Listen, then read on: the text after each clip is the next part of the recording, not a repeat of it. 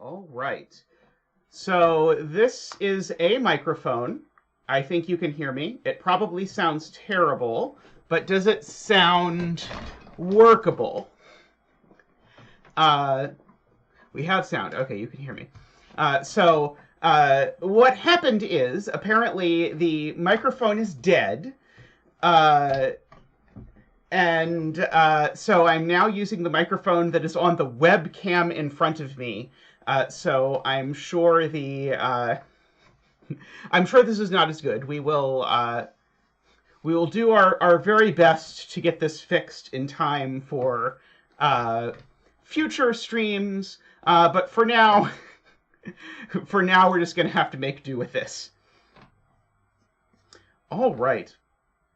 And in my continued string of it makes me sound like Mark.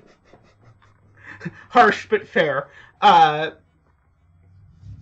Anyway, very sorry about that. We will do our best to get this fixed in the near future. Just our quote unquote professional mic was bad. I can turn the gain down. Is that better? Is that smoothing out the top a bit? Did I turn it down too far? Let's see. I can also... No, not like that. Let's see. Sound settings. Like...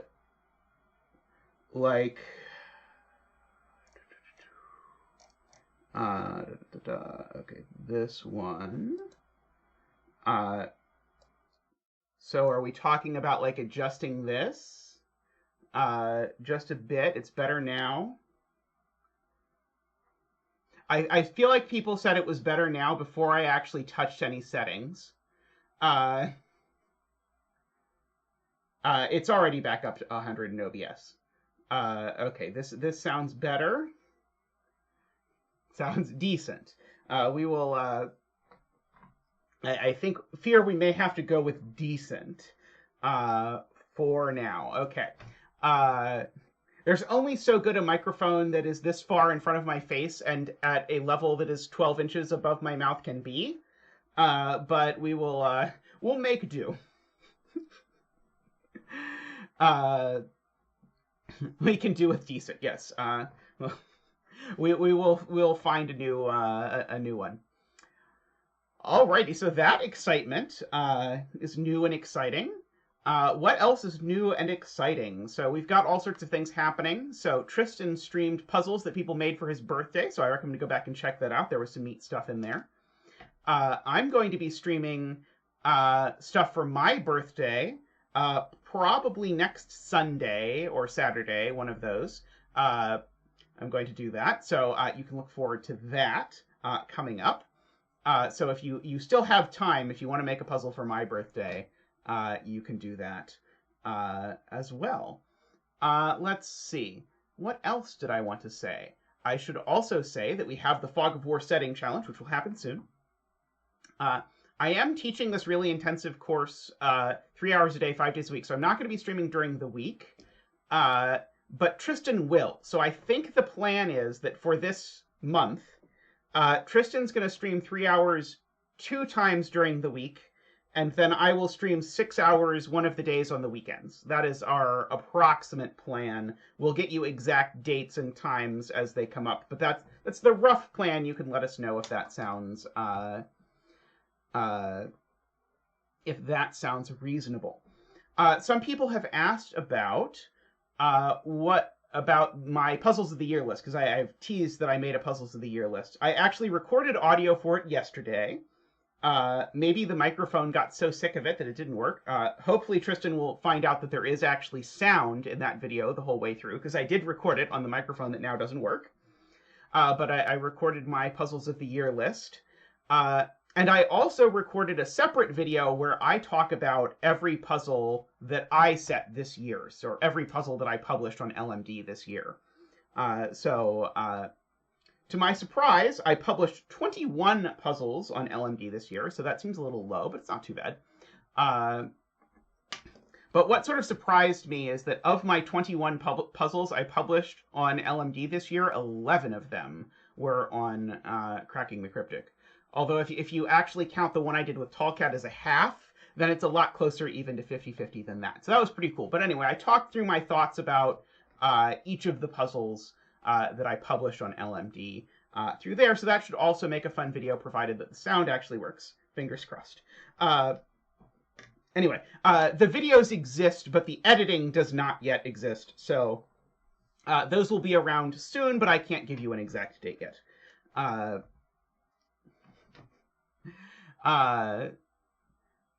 I mean, how could I not list Topsy-Turvy as my puzzle of the year from you? I feel like that has to be the Tallcat puzzle of the year. All right. So with all of that said, I think we can get started with this thermo puzzle. So this is by PulverizingPancake, and in the cluster of professionalism that has been this stream. I did not write down the list of people who voted for it. Let me see if there's a setting. There might be a setting, Garion, that just makes the sound mono, because probably the sound being mono is better than that. Let's see. Maybe advanced audio properties. Okay. I think in retrospect, this is too complicated for a zeta. But if Tristan wants to Google and tell me how to make it force the sound to be equal in left and right ears, let me know, and I will do that, because I would much prefer probably that it be in mono than that it randomly be in one ear and not the other. All right. So this is a thermo puzzle. I remember that it was voted for by 9 people. And so how does a thermo puzzle work? The way a thermo puzzle works is that along each of these thermos, you're supposed to think of them like thermometers. And the thermometers have the low numbers at the bottom and the high numbers at the top. Yes, honey? Under advanced audio properties, there's a box that says down mix to mono. Let's see. Okay, so I opened advanced audio properties, but they all show up as red. And then you select your mic. Is it this one? How do I select it? Check the box that says mono. Oh, wow, there's a box that says mono. Fancy. Okay, did that fix it? Does it now sound equal on both sides? That Hopefully. Did not fix it. It did not fix it. Okay. So, oh, maybe this is under, this is probably under, okay, why don't I just put everything on mono, and then we'll remember to fix it later. Oh, that fixed it. There we go. Okay. If I just list, because I mean, I theoretically only have one input, so if I just make every single input show up under mono, then I do that. Okay, chat agrees that it is fixed now. Excellent. All right. Whenever we get a new mic, we can go through the adventure of figuring out if we can remember to undo that, if it is appropriate to do so. Although I'm not even sure that it's not just uniformly appropriate to have mono sound for a Sudoku stream anyway. I promise I am at no point going to pull out a guitar, even if you are rooting for the Zeta guitar stream. But you have ample other Sudoku people to... yes, thank you very much, Tristan, for all of your tech support.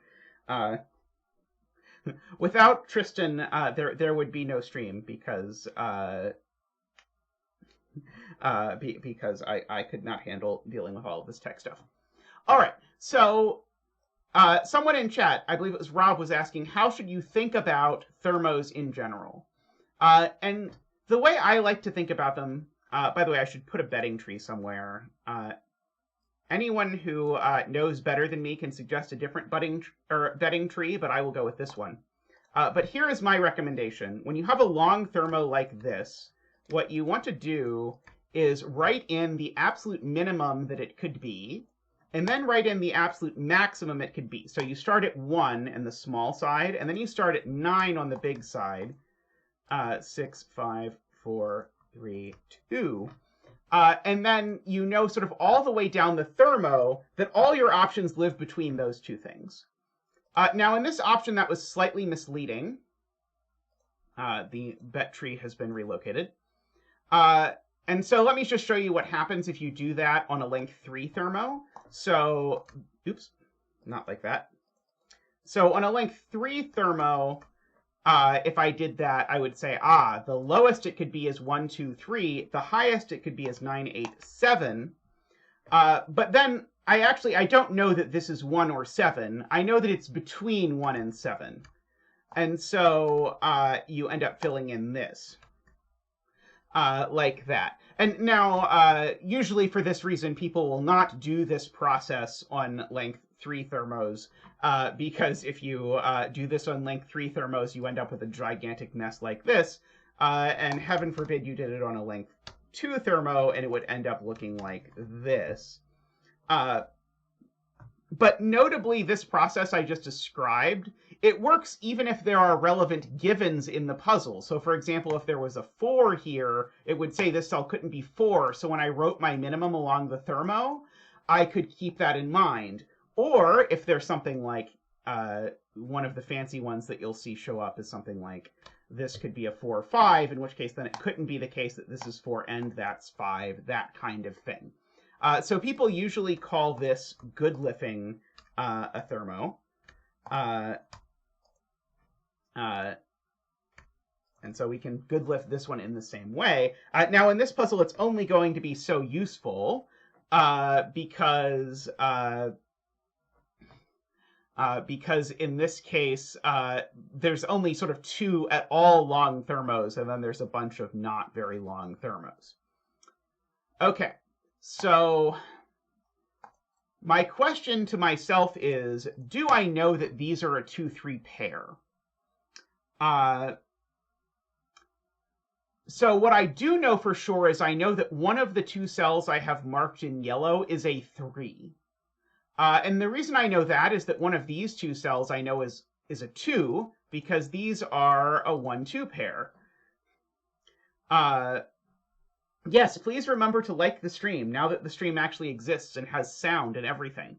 I was definitely not going to say that, Sarah, but I'm glad someone did say that. So the thing I'm noticing is one of these 2 is a 3, because whichever of these is a 2 automatically puts a 3 in that cell, which means that this cell's never a 3. So I can knock a 3 out of that cell. Now, if I knew these were a 2-3 pair, then I would also know this couldn't be a 2, which would be nice. And so similarly, I'm wondering if these... Oh, I do know, because one of these is an 8. Right, that's the point. One of these is an 8. And so whichever of these 2 cells is an 8, it goes 8, 7, 6, 5, 4, 3, 2, 1. In particular, on that thermo, this is a 2. So I do actually know the yellow cells are a 2-3 pair, so I know this isn't a 2. And actually, everywhere along this thermo, every pair of these cells, because of what I just said, these are always pairs. So these cells that nominally can be the same value, they actually can't be the same value. So let me just keep sort of marking that. Okay, I probably shouldn't reuse yellow. I realize I probably... gray looks terrible too. Whatever. I'm out of colors, but whatever. We'll keep that in mind. And the reason why that's relevant is because, again, I have a 2-3 pair looking at this cell, so it's not 2 or 3. And I have a 3-4-5 triple looking at this cell. So, oops. Sorry, I had too many cells highlighted. I have a 3-4-5 triple looking at this cell, so this is not 3, 4, or 5. This one can't be 8 or 9 because there's an 8 and a 9 in the box.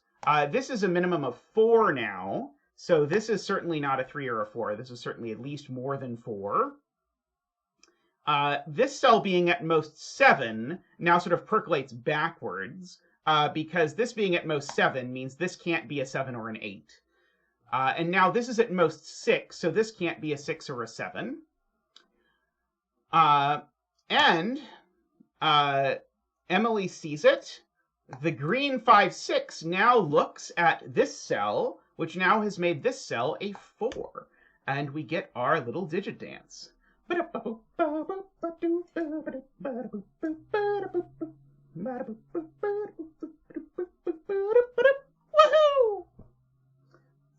you, Zach. Thank you. Much appreciated. And also, the red cells look over here and make this a 5, is being pointed out by that. And so this is a 1 or a 2. I don't think I know which one yet. But I presumably can do this trick in other cells as well if I try very carefully. So I know that these cells, let me just good lift the rest of box 5. So we've got 1, 2 here, 3, 4, 5, 6, 7, 8, 9. So these are from 3, 4, 6, 7. But this one sees a 3, 4 pair in purple. So this one is only 6 or 7. This one sees the 6, 7 pair. Maybe that's all the help we get, is that this is a 6 or 7. But this being a 6 or 7 in and of itself is already big help because it tells me that this cell can only be a 7, 8, or 9, which is rather large. This one can only be a 1, 2, 3, 4, or 5, or 6. That one was less helpful. Oh, I'm being told this sees 3 and 7. Oh, right, because of the 7, 8 pair that I never actually colored. Right. So this cell sees the 2, 3 pair, so it's not a 3, and it sees the 7, 8 pair that I didn't find a color for. We'll make it this sort of sea blue, just because apparently my brain isn't capable of holding anything in it for more than half a second. It sees the sea blue, so this is not a 7 either. So this is a 4 or a 6. So we have all of that going on, sort of looking at this cell. Now, this bulb is a little bit interesting in that these cells always are either 1, 2, 3 or 2, 3, 4. So this cell always sees a 2 and a 3, and so does this cell. So the other 2, 3 in this row is actually over here. I'm being told that... Oh, that's not necessarily true. Sorry, these could be a 2, 3 pair. Never mind. Perla says row 4, column 7 is not 7.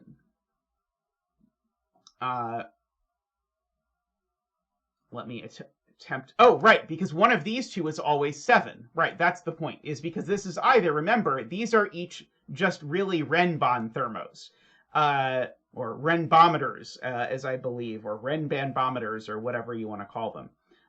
So it either goes 1, 2, 3, 4, 5, 6, 7, 8, or 2, 3, 4, 5, 6, 7, 8, 9. And so therefore one of these two is always a 7, so therefore that's not a 7. That now gives us an 8, 9 pair in the row.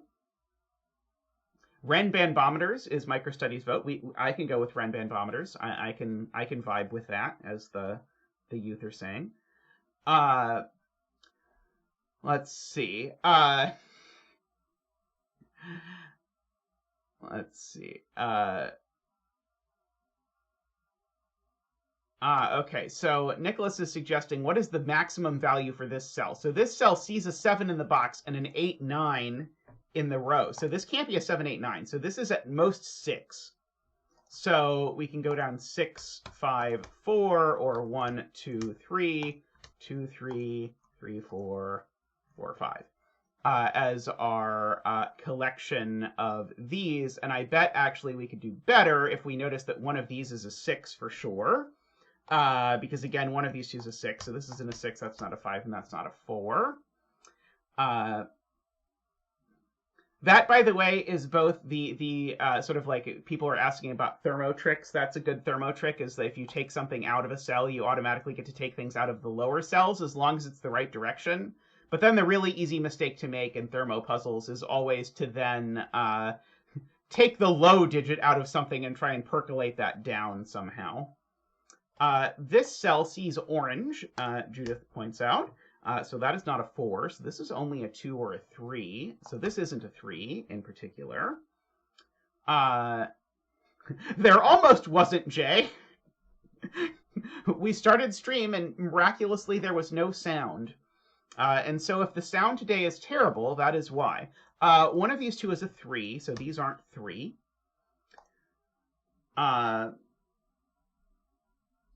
I realized that was sort of on the joke thermo anyway, but whatever. let's see. Okay, so that's the fact that these are all so low is very interesting. The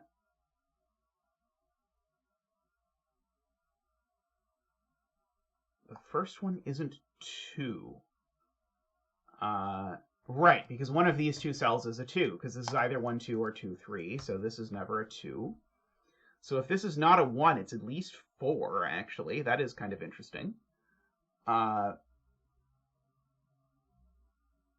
Let's see. Hey,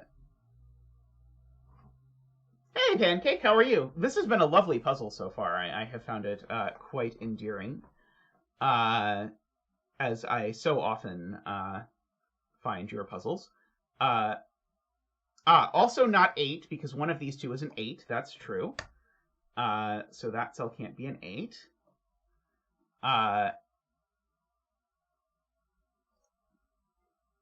Is this a relatively new puzzle, or is this a puzzle that I only just found out about, but has actually been around for a long time?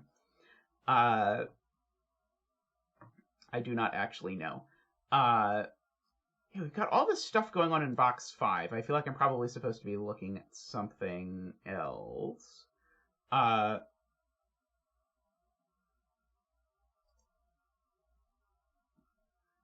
So... Oh, is this a new Pokemon?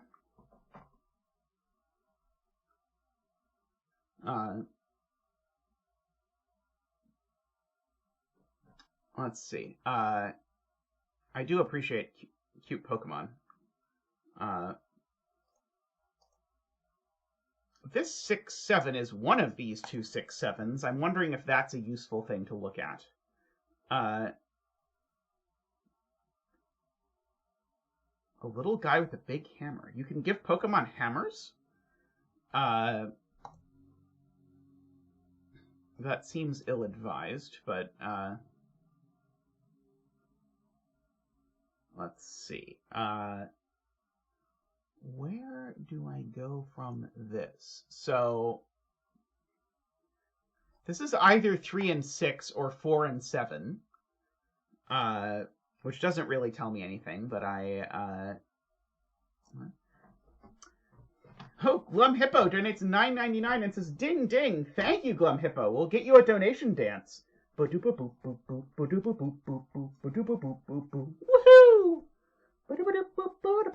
Woohoo! Thank you, Zach. Thank you. Zach likes the microphone being broken because it gives him more room to dance. We will have to consider this for future events. Let's see.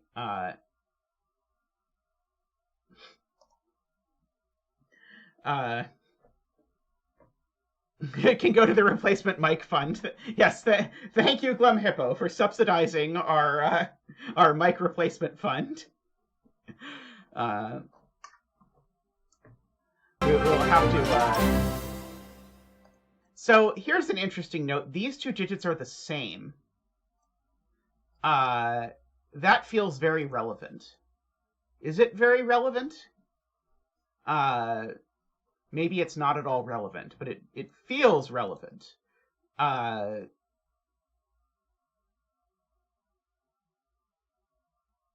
no, Ambrose, that happens so often where where the mistake is unfortunately at the beginning.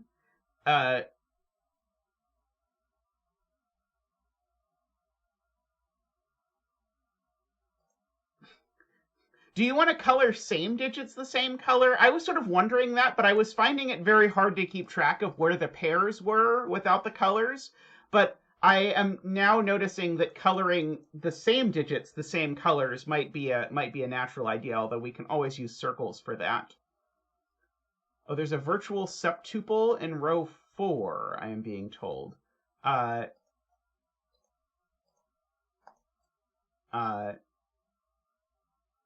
So the question is, where do 1 and 2 go in this row? And so this cell could be 2, I think. but it can't be 1.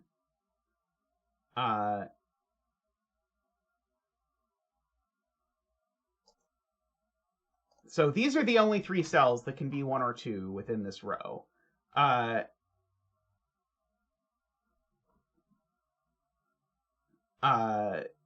do I know one of these is not 2? Cannot put 2 in row 4, column 1.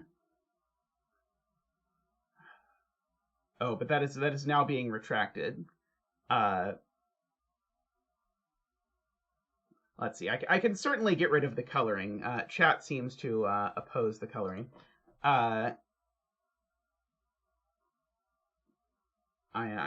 am okay with this prospect. So here's one thing I could do, or I could sort of think about, is this digit. There's sort of 2 universes. One is that this digit goes there, and then this digit goes there, and this digit goes there. And so on and so forth. And then the other is that it's sort of the other way around. I wonder if one of those like immediately breaks sudokologically in this box. Because it might.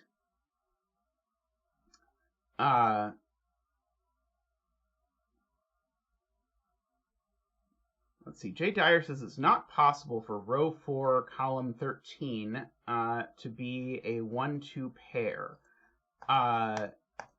Because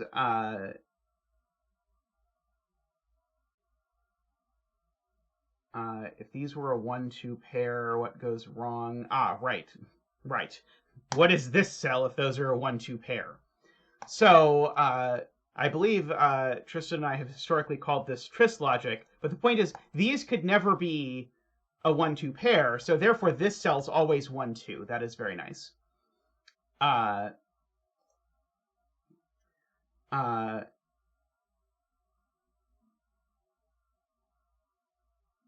So that's always a 1 or a 2.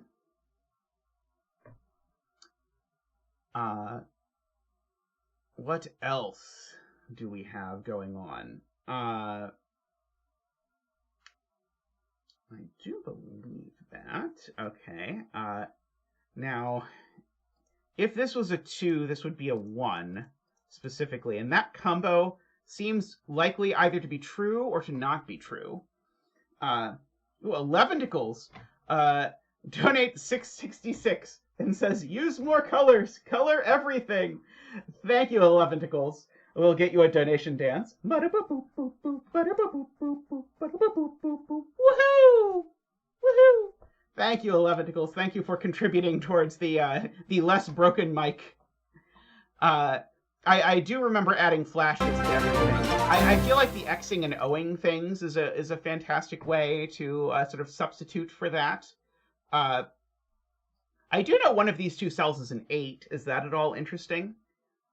It is a little bit interesting. The fact that one of these 2 is an 8 tells me that 8 is over here. That seems potentially interesting, right? Because the 8 in this box is definitely over there. So, I mean, and so if circle is 9, actually both 8 and 9 are over here. Don't say that people actually use the letter tool microstudy. That'll just give me nightmares. I don't think that's true. Let's see. I actually think Ranksk is a very big fan of the letter tool. So it's interesting maybe to think about, in the universe where this is 3, what's this? So in the universe where this is 3, this is 6. And in the universe where this is 4, this is 5. So what I actually think, I can't quite. I kind of want to like corner mark corner mark one universe and center mark the other universe. So yeah, so let's do that. I'm gonna center mark one universe and corner mark the other. So the one universe is, and I think this will possibly be insightful and possibly be comprehensible. So the one universe is that this is 1, 2, 3, 4, 5, 6, 7, and this is 2, 3, 4, 5, 6, 7, 8, 9. So that universe is here in center marks. That was incredibly difficult to do, by the way, because I had to say the number it was while pressing a different key. So the other universe I'll put here in corner marks. So these are actually center marks, but they're center marks that carry some additional information. 1, 2, 3, 4, 5, 6, 7, 8. So my effort here is to sort of distinguish these two universes, because maybe there's cells that always see a 7 in both universes, even though those aren't actually in the same cell. That was basically my my idea here, is that maybe we can find more complicated pairs or something like that, or more complicated eliminations. This may have made things 1,000 times worse, but I remember this being very useful in a cogito puzzle one time, to sort of keep track of two universes in this way.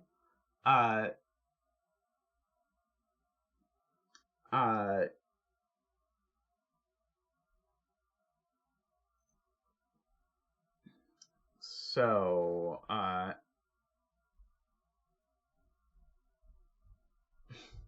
that is an excellent use, Jay. I've not thought of that, but I might be doing that later.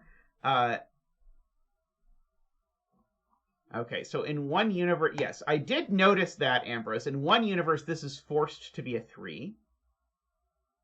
Oh, interesting. Ryan says this can never be a 3. So if this was a 3, what happens? If this is a 3, if this is a 3, then that's a 4. And then... right, and that's a 5. Right, if this is a 3, it puts us in corner mark universe, and I have a 3, 4, 5 triple looking at this cell marked 3, 4, 5. So this is not a 3. Is it possible somehow the same thing happens if this is a 4?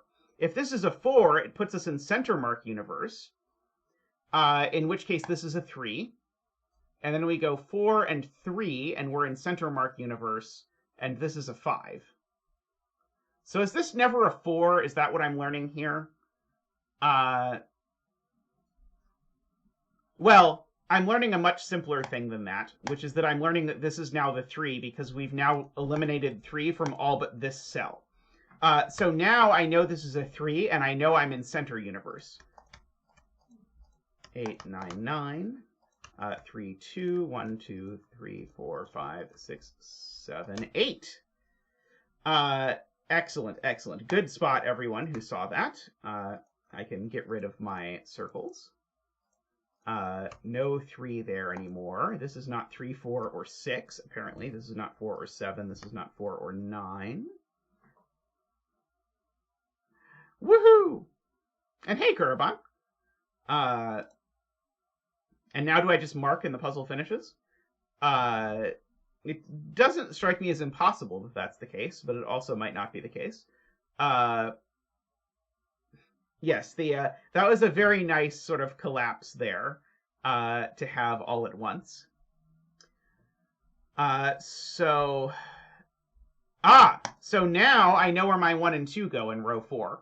Because now that this 2 is snuck into this box, that can't be a 2. And so now my 1 and 2 go in these 2 cells, and I know what order they go in, because this one can't be a 2. I may have explained that in the most convoluted way possible, but that's how I saw it.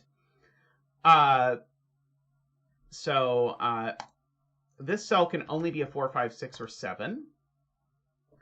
And so this cell can only be, it can't be 1 or 2 or 3. So this cell, actually this cell's always at least 4, so that can't be a 4. 5, 6, and this cell can't be as big as 7. So this is always from 4, 5, 6. Oh,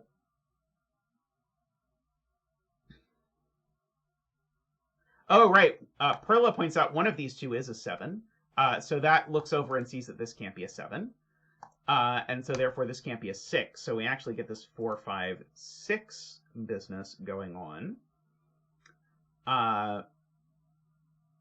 3 in this row is over here for sure.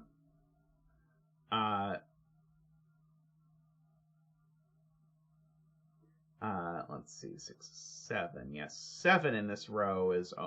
7 in this row is placed. 7 in this row goes here. Oh, some people in chat were looking at that as well. Let's see.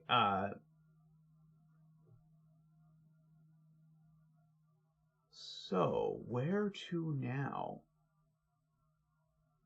Oh, I'm being told if this is a 4, then I end up with too many 6s in this row.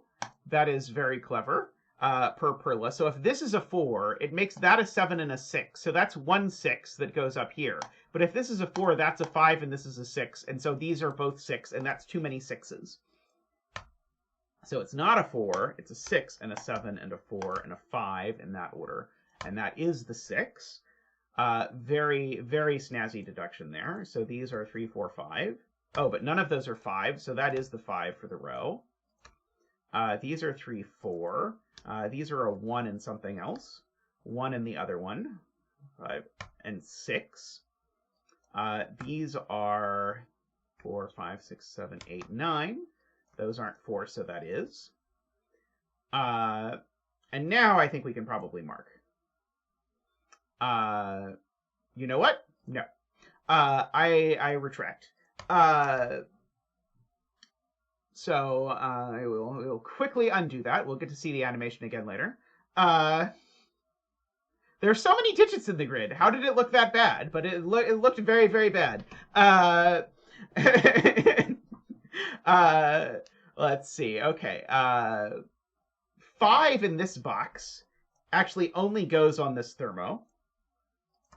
And so now 5 in this box goes here, because of that 5 looking over. It is a chameleon plugin, Pulverizing Pancake. So you can, if you drop by the Discord, there's a link there, I think pinned, to where you can get this, this button. Let's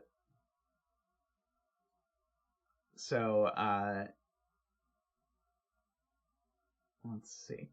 I mean, a true candidates option for solving puzzles would be really great, wouldn't it? Because it would just immediately fill in every cell. I'm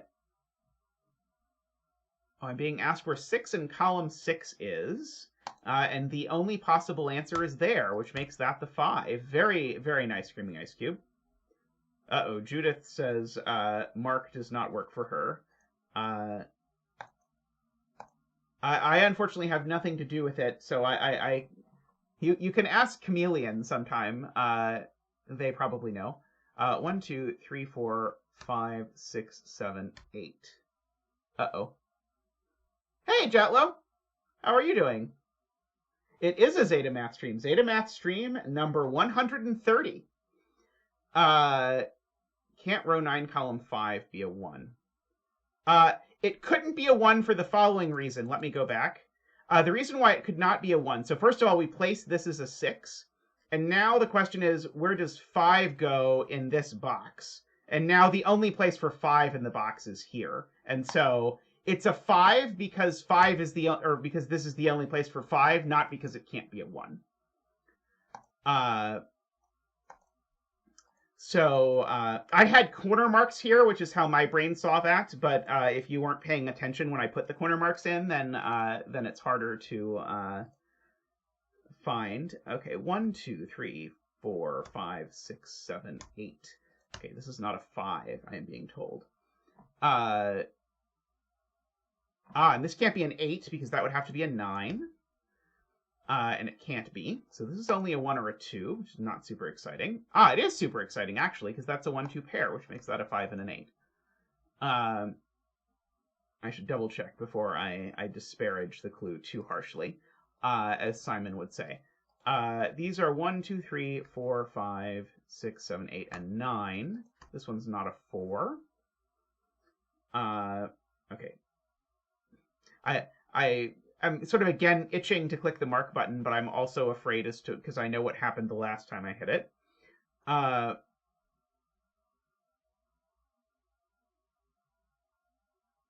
What disambiguated the row 7 thermo from being 5-7? This one? Oh, it was this 5-7 we're here. Why couldn't row 7, column 6 be a 5? So back when I placed row 7, column 2, let's go back. Oh, was I just wrong? I might have just been wrong. Yeah, I was just wrong when I said that 5 had to go in one of these two cells. When I did this, I just completely missed that. Okay, yeah, you're completely right. I corner marked 5 erroneously into the grid. That is the point. Okay, yes, thank you for catching that. So my claim that 5 is in one of these two cells is actually wrong. It's in one of these 3 cells. Good catch, thank you. So let's see. So now let's pencil mark this column. 1, 2, 3, 4, 5, 6, 7, 8, and 9. This is still only 1 or 9. Welcome back, MicroStudy. Let's see. Oh, the 6 in box 8 was still good, I am told. Yes, 6 in box 8 still goes here. That's still true. And so left in this column, we still have 1, 2, 3, 4, 5, 6, 7, 8. And this still can't be an 8 because it would put a 9 there. If this were a 5, this would have to be a 7. But I do have a 1, 2, 5 triple, so this is still the 8 for the column, regardless of any of that sort of shenaniganery. The 6 in box 7 is placed, cleverly dodging the betting tree. The 6 in box 1 is placed up here, making this only a 1, 2, or a 3, because it sees 4 and 5 already. Let's see.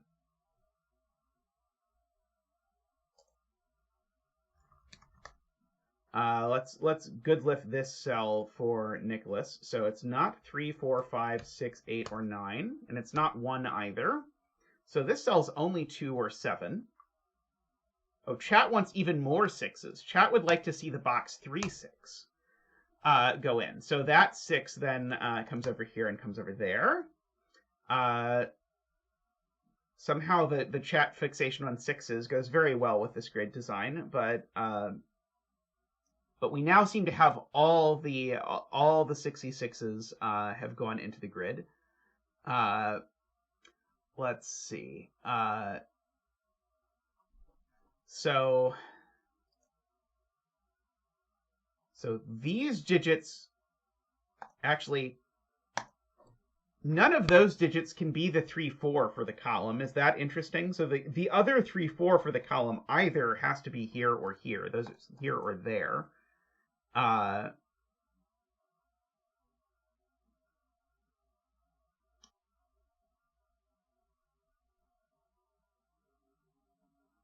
Let's see. Kurobon's is 4 in column 9. But I don't quite see it unless something is way more restricted than I think it is. Am I going to regret it this time? Medium regret. Still not ready. I promise you'll be around later, Mark. 5 is placed in column 9. Let's see. No 5 there. And no 5's there. Okay, yeah, so the 5 goes there. I mean, it looked better than it did last time. I will give it that. So now this 5 is now placed here. So I think it turned out before that we got just lucky. Better lucky than good, I suppose. Because it does turn out this cell is the 5, so that's not the 5. And so now this is the 5. But that was, as pointed out by chat, it was just dumb luck. It was not anything more than dumb luck that we happened to get lucky there.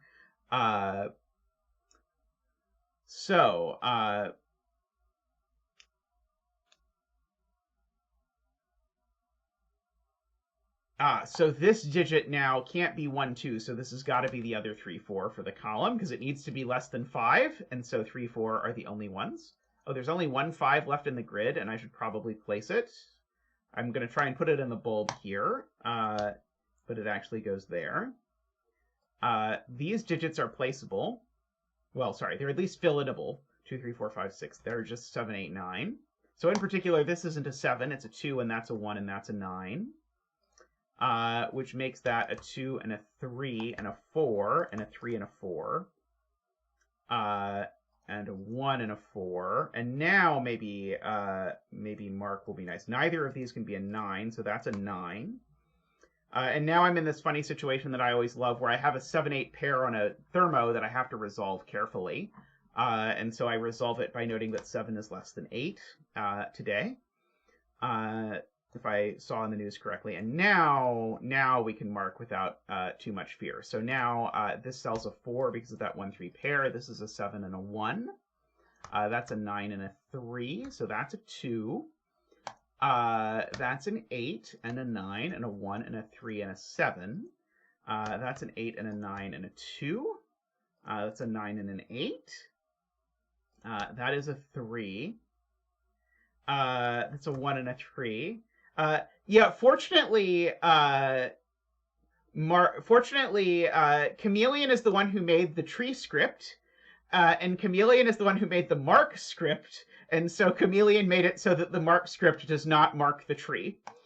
That is correct. So this is a 2 and an 8 and a 7 and a 2 and a 1 and a 9 and an 8, and the betting tree is a 7. So congratulations. From Zach and I to all the 7 bettors out there. May all your betting tree wishes come true. That was a delightful puzzle. I really enjoyed that. I really enjoyed the break-in with identifying that actually you got all of these sort of unorthodox pairs looking over the grid. I don't know. I really like unorthodox pairs and unorthodox triples. Which is, by the way, if you're curious, the word unorthodox is the fancy Sudoku word for a pair or a triple that is not coming from a row, column, or box. I believe this solve time did include me trying to make the sound work and not succeeding. Congratulations, Tom, on winning your bet. All right, I'm going to take a quick break, and we'll be right back with more Sudoku. So don't go anywhere, and I'll see you all very shortly. Be right back.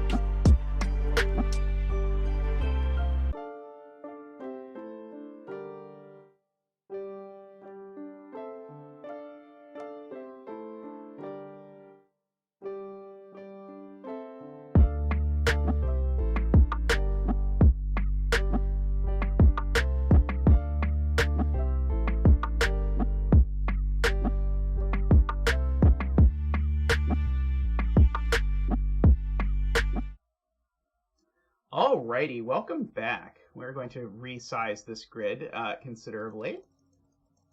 So I've talked about this a little bit. It could still be bigger than that on stream, but not too much yet. So I want to talk about it a little bit more. So for Secret Santa, which is always a thing on Cracking the Cryptic every year, this year my Santee was jatloe. And for that, I invented a pencil puzzle genre, which then turned out to actually exist. But no one has an English name for the genre, so I'm going to keep calling it twin loop, which is what I undescriptively called it. But it definitely was invented by someone else, at least most of it, previously. Someone gave me a source that was definitely, although I speak no Japanese, was definitely a Japanese description of the rules of this genre. But anyway, I set a bunch of these puzzles. And so then, since then, a few people have set puzzles in this genre, including jatloe. So I'm going to do one of jatloe's and then probably one of Ambrose's just to sort of show you how this genre works. And hopefully more people will set puzzles in the genre. So the way this genre works is that I need to cover every cell of the grid with one of two loops. So I'm going to make a red loop and a blue loop. So there'll be a red loop, there'll be a blue loop. And the loops can't cross except at dots, but every single cell needs to be loop except the dots. And so the reason, by the way, why I started with is that jatloe said that they really liked simple loop puzzles. And so we get all the sort of simple loop logic if you've done simple loop before, or as people sometimes call it, sloop. Where, for example, every time you have a corner, you just have to take the corner with some loop. There's no sort of avoiding it like that.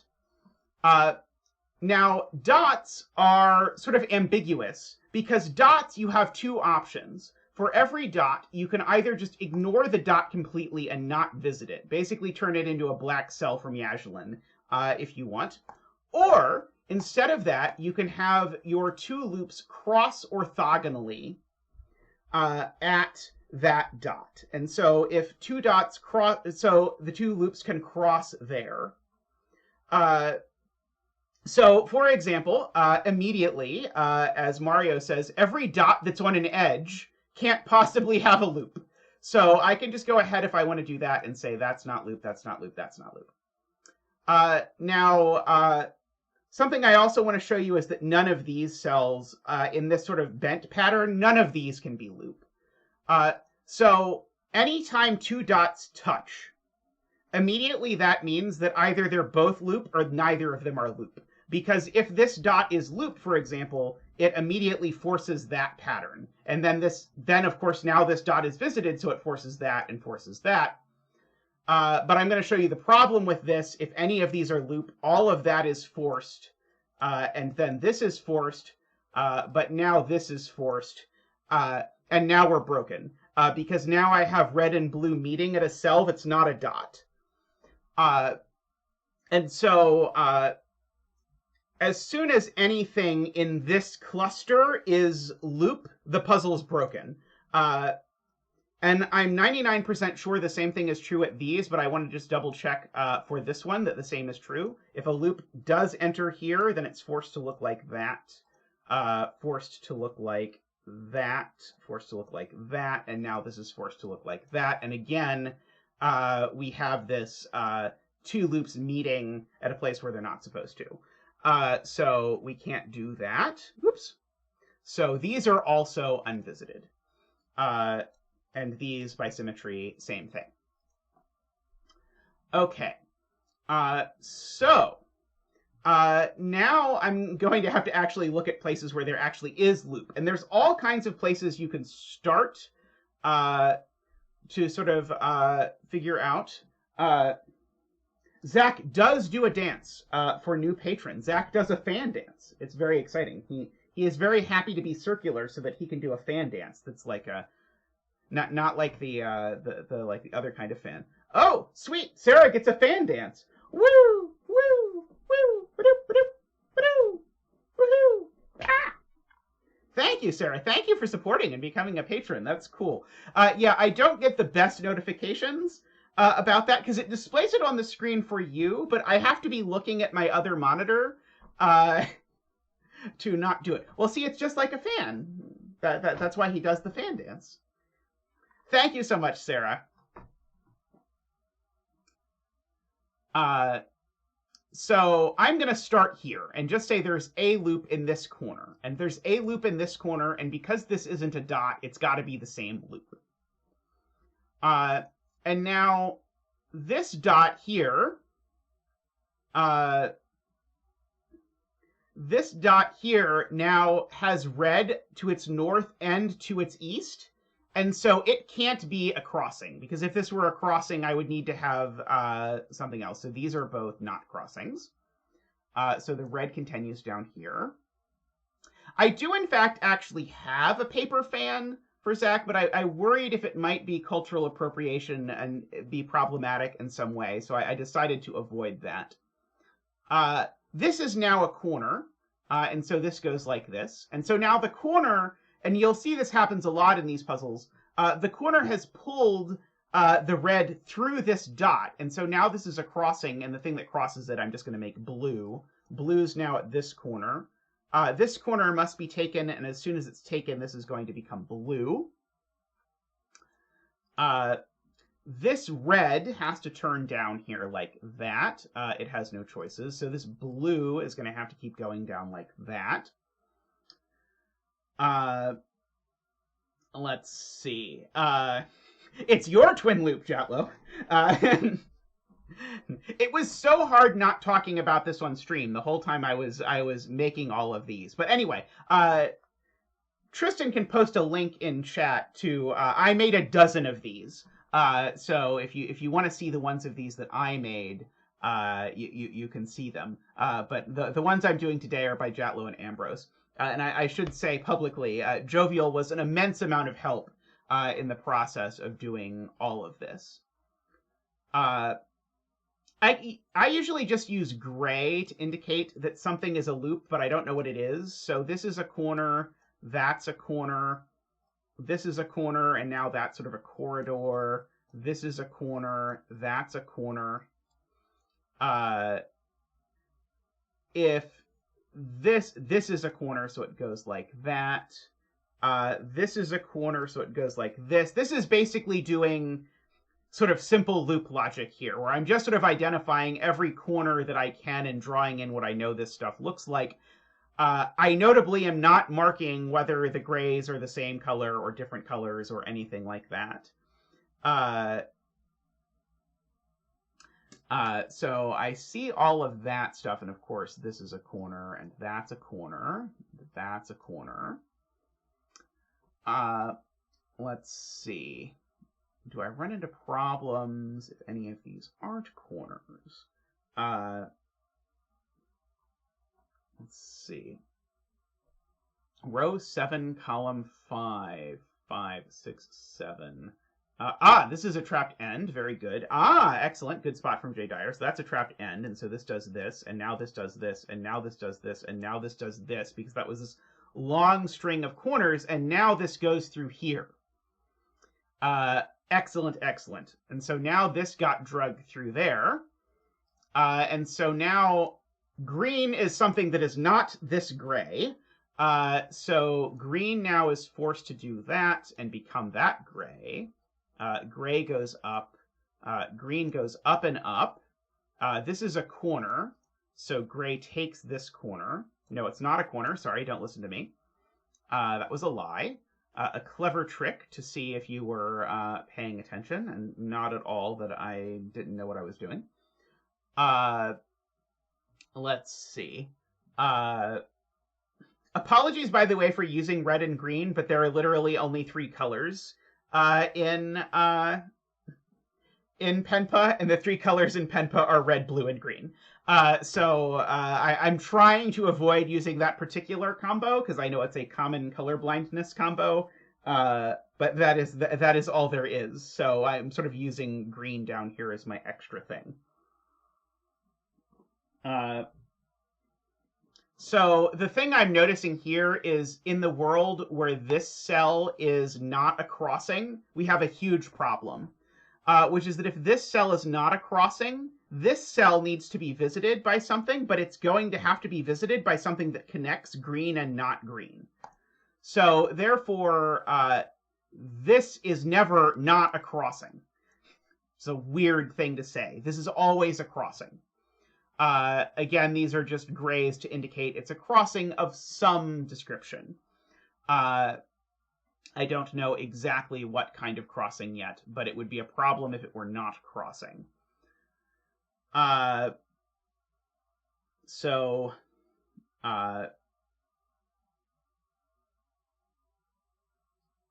trying to decide this little piece here is actually, it's not connected to the gray or the green, so I don't quite know what's happening with this yet. Right.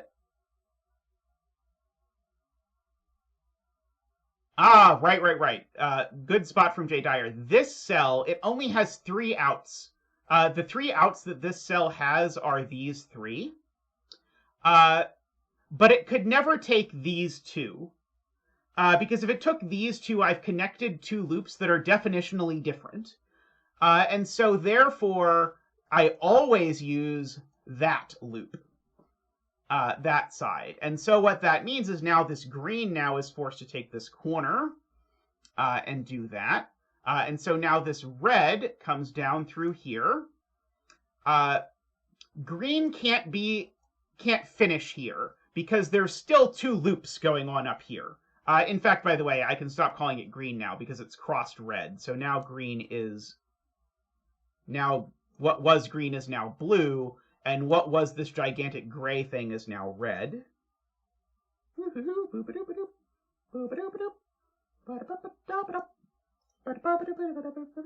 go. All right, so we've got lots of loop stuff going on. This blue can't close, was my point. So this blue has to turn this way and come up here like this. Of course, the blue can't run into the red, so the blue has to go like that. The red has to keep going. The red still has to keep going, so it's going to take that. This blue comes up here like this. These reds have to connect down here. This is a corner, and so this corner here pulls this blue in like that. And now this blue has no choice but to finish like that. And now this red has no choice but to turn this into a cross.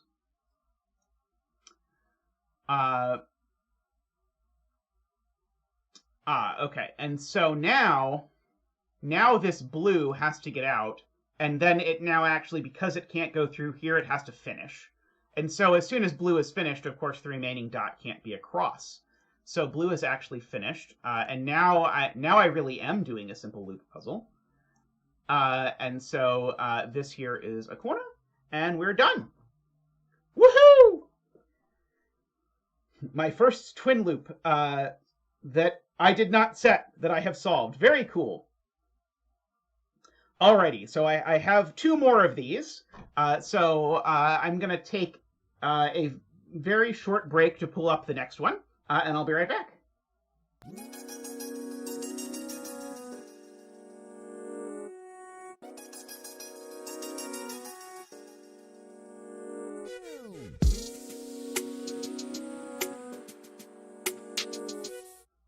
Alrighty. We have another of these. This one by Jatloe. This one I can't make quite as large. I might be able to make it like 2 notches larger. No, it's already too big. 1 notch larger. I did make a something that is like a Sudoku twin loop hybrid, Jay. I can't share it publicly, but if you want to see it privately, I can show you what I did, and you can, I'm sure, iterate on it or look at it and see if you want to do something similar or whatever. All right. So we've got this. And so the only other rule that I used in my puzzles, other than the dots, is these black walls. And the black walls are walls. That is the whole story. So your loops can't pass through the black walls, is the point. So immediately, for the same reason as in the last puzzle, all of this stuff can't be visited at all. All of these are unvisited cells. Yeah, funny you should mention that, MicroStudy. I actually was having a lot of issue figuring out, okay, I kind of want to upload this to LMD, but what on earth do I make the solution code for one of these? Okay, this corner forces this dot to be a crossing. So I'm going to do this.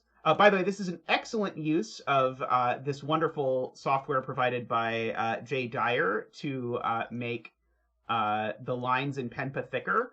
Because by default, the lines in Penpa look much more ungood than this. So I think this makes this whole process like actually consumable by viewers. This is a corner, so it's going to go like that, not like that. And then it's going to connect up through here. So what I decided to do when I upload it, this red comes through here, is that I'm going to just upload all 12 puzzles as one puzzle on LMD, and I'm going to make the solution code the number of basically gray dots in each puzzle in a row. That's going to be my way of handling it. It's not perfect, but it is better than nothing, I think. Okay, this is now a corner. Oops, this is now a corner. This blue has to get out, and as soon as it does, it sees this corner.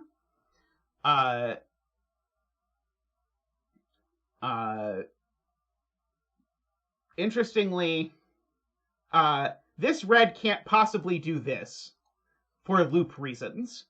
If this red does this, then whatever comes down here is going to have to come down through here and then get out through here. And that's not going to work. So the red needs to turn there, and then after getting all of these cells visited, the red has to come out through here. So this is going to be sort of the exit. This is a corner now. This is a corner now. This blue needs to go up, and the red needs to go up, and the blue needs to go up.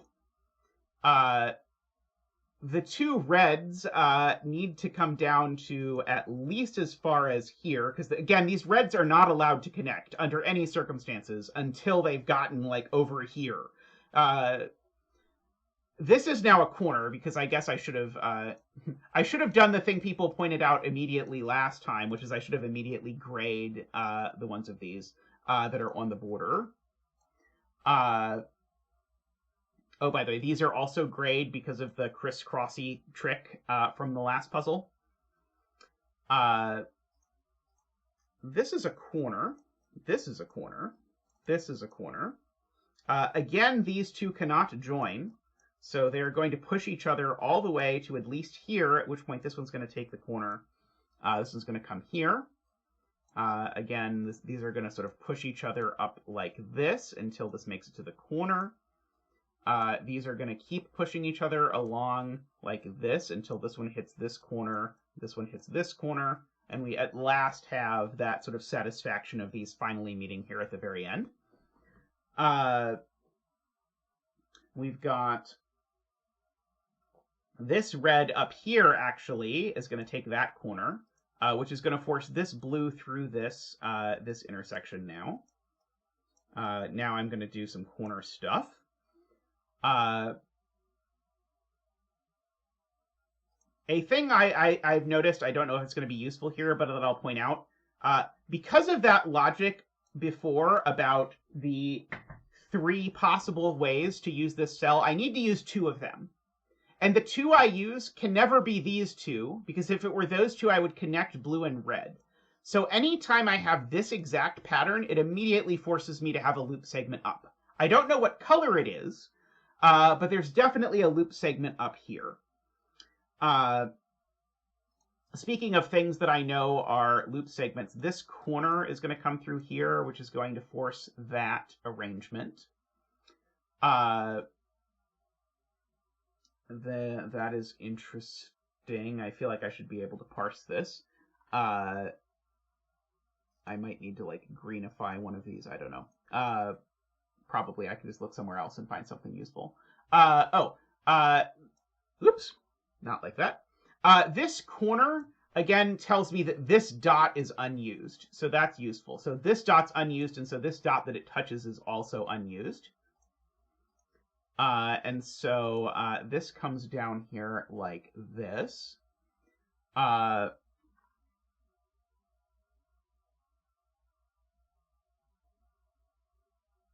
sort of looking at the possibilities here for what is happening in this end of the world, and trying to convince myself whether red can really get out of here. Oops. And also sort of coloring in this stuff as I go. Just anytime I see a corner. I'm going to actually color one of these in green, only so that I can sort of see and make sure that green isn't meeting green. Because what I'm seeing here is this gray now takes this corner, and so this is actually green. I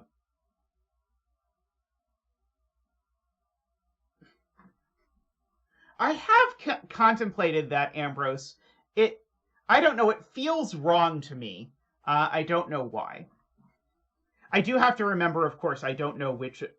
gray and green are one of red and blue. I just don't know which. Blue does have to get out of here somehow. Is there any way that blue gets out of here without becoming gray? I don't think so. Because blue either goes up, in which case it becomes gray, or blue takes this corner, at which point this corner is isolated, in which case blue becomes gray. So blue's always going to become gray regardless of what happens in here. Oops. And so therefore green is red, and therefore green is still red. This is at a corner, so it comes down. I have to choose whether I want this loop to close or not here. I suspect I don't, but I don't think I formally know it. Row 10, column 5. Oh boy, we get to do counting with zeta. 1, 2, 3, 4, 5, 6, 7, 8, 9, 10. 1, 2, 3, 4, 5. Right, okay. Yeah, so the point about this cell is that if this cell connected to these two sides, it would isolate this red. Oh no, that's not quite isolating the red, is it? Because the red can still escape this way. Oh, but it can't connect these two. If it connects these two, now this cell is red and is completely isolated. So because it can't connect these two, that always comes down. Got it. Good spot, Ambrose. So this red takes this corner. The red must continue down through here. So this blue finishes up here. This red now has to sort of come around like this. Now this gray has to do that. And this gray now has become blue by virtue of making that connection. This blue has to go up and up. So this red has to go up and up, and this blue has to go up and up and up. This blue has to go up. This red has to go up. So this blue has to go up. Yes. If the red crossroads did this, I would have a little mini loop, J. Dyer points out, so I need to avoid that, and so these finish like that. Let's see. Now this is a corner, so blue has to be the one to take this corner. Let's see. There's a lot of corner stuff going on up here that I know just by loop logic. So I might as well fill in all of that. And by loop logic, I also know that that happens. That's the one I probably should have looked at right away, but did not. That happens, so that happens. So let me, again, just arbitrarily make one of those green. Just so that I can look at the green and gray up here. If green turns down here, this is isolated. Or I guess another way to put it is this is a corner. So green needs to take this corner. But as soon as green takes this corner, this red has no choice but to become green. Because now that's the only direction that this red is available to connect. And so I get all of that.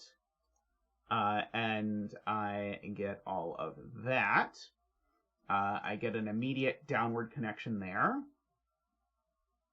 Because of the reason I mentioned before, that I have a blue and a red looking at this cell, so this cell must come down. Whatever happens.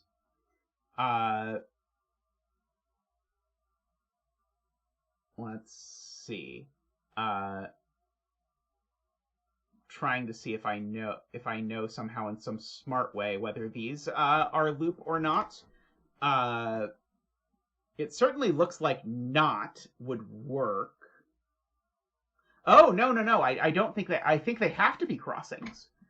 I think they have to be crossings because I think if they're not crossings, I don't think red can connect to red, can it?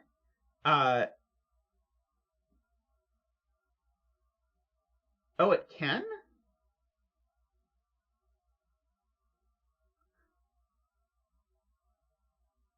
I do need an even number of crossings, but I have no idea how many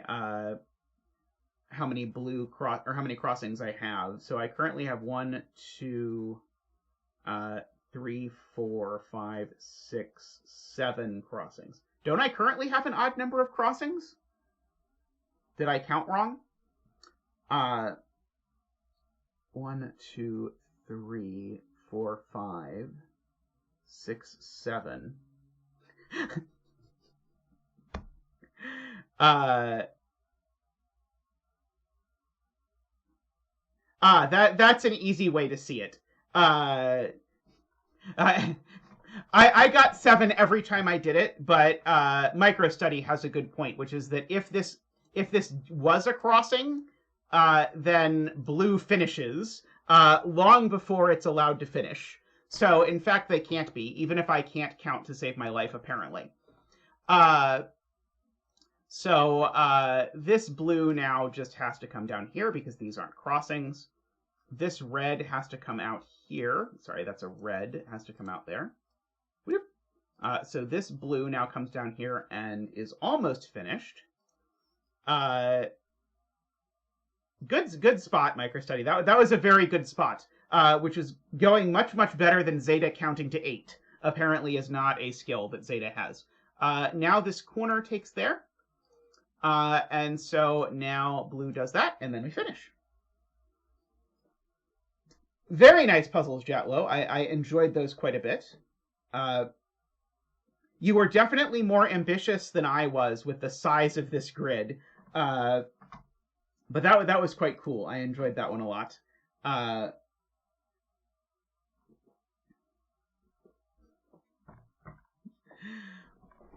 Alrighty. So I think we just have one more of these. As usual with pencil puzzles, I think these are going to be pretty quick. So the one more we have, this one is by Ambrose now. This one I can make bigger to some extent. Let's see, is 50 too big? No, 50 works. Let's see if I can go up to 58. Let's see, that might be perfect or it might be too big. Let me just look at the screen and see.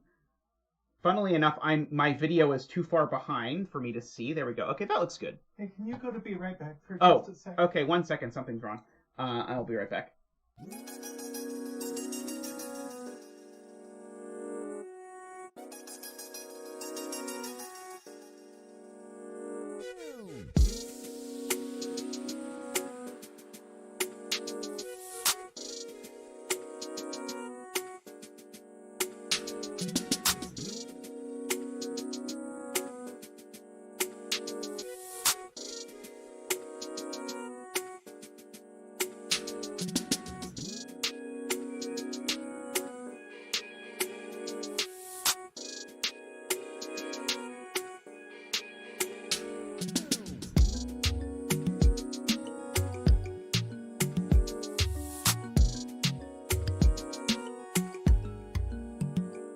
Okay, so we have a theory about the microphone.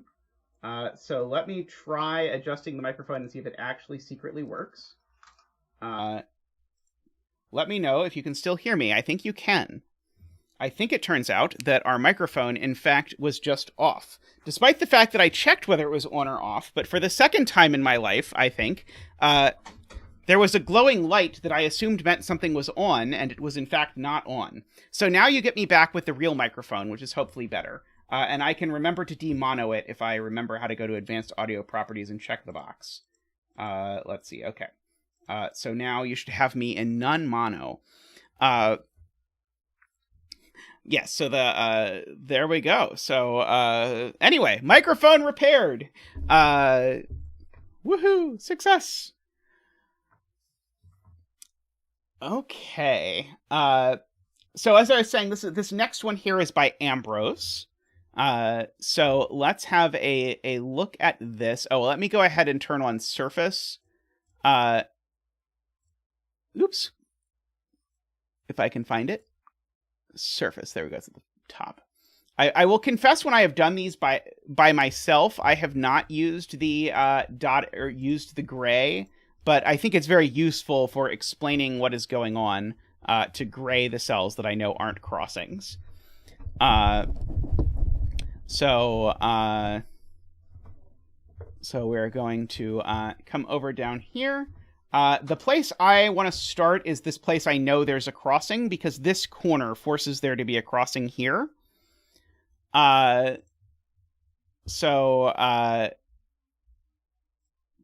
so funny story about this. So all the way back when I was in high school, for some,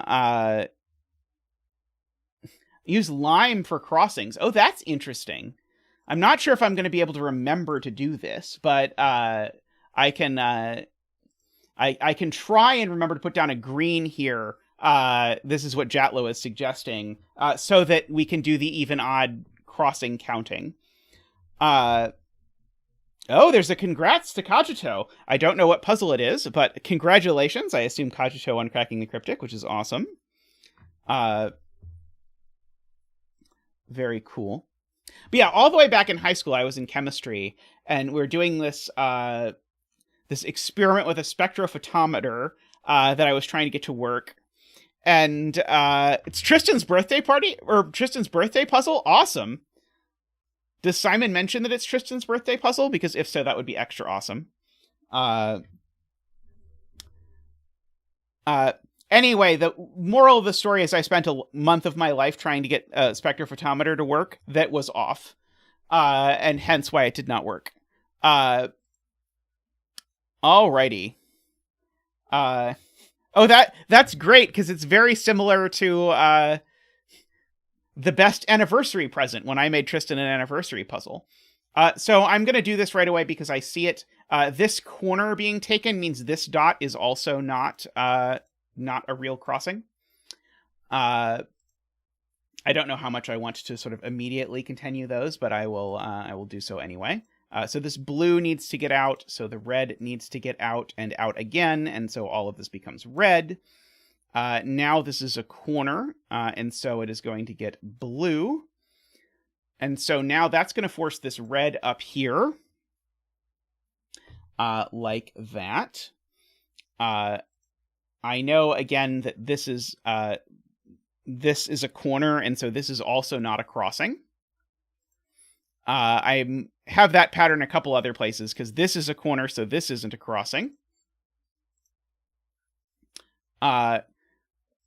This one is actually the pattern that means this is a crossing. So actually, if you do it, you get this sort of butterfly pattern up here. And so we've got all of that going on. This is definitely a crossing because of the corner. That's the point. This corner forces this to be a crossing, so then I know the colors. So this is a red and a blue crossing like that. Now this is either blue connecting to blue, or it's not blue connecting to blue. the question is, do I know which of those it is? Yes, I do. Because if this blue connects to this blue, this dot is broken. So this blue can't connect to this blue, because if it does, now this dot has to be a none crossing because of this horizontal line here, but now this cell is isolated. Loop enters and never comes out. And in a loop puzzle, you can't have an area where the loop enters and never comes out. And so therefore, the blue actually connects through this dot, making this red through here. Now this red can only go this way. This blue actually is forced to turn up here. That makes this blue turn up here. Makes this red go and the blue go. I really like these sort of loop chasing bits that you get. I just find it very satisfying. The red comes over down here. Well, I support Tristan becoming more famous in the wonderful Sudoku community. I think that is very cool. Let's see. So I have lots of other corners that I can sort of fill in with gray. Again, I know this loop doesn't close. I know that's a corner. This has to turn up like this. I know this is a corner. So there's lots of other ones I can fill in. I know this is a corridor, so it has to go through like that. Let's see. So a thing to think about as we Oh, I think you're right. I think I just made that up. Oops. Yeah, I think I added a turn there that I think I don't actually know. I agree with that. Just at random to see if the setter is paying attention. Alrighty.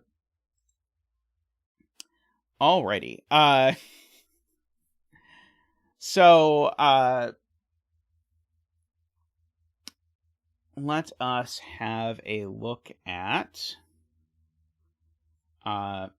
So I wanted to think about these circles of dots, because the circles of dots are going to need to involve two sets of crosses. Because, again, all of these sorts of ways of crossing, as soon as one of these is a crossing, they're all crossings. But I need to have an even number of crossings into the circle.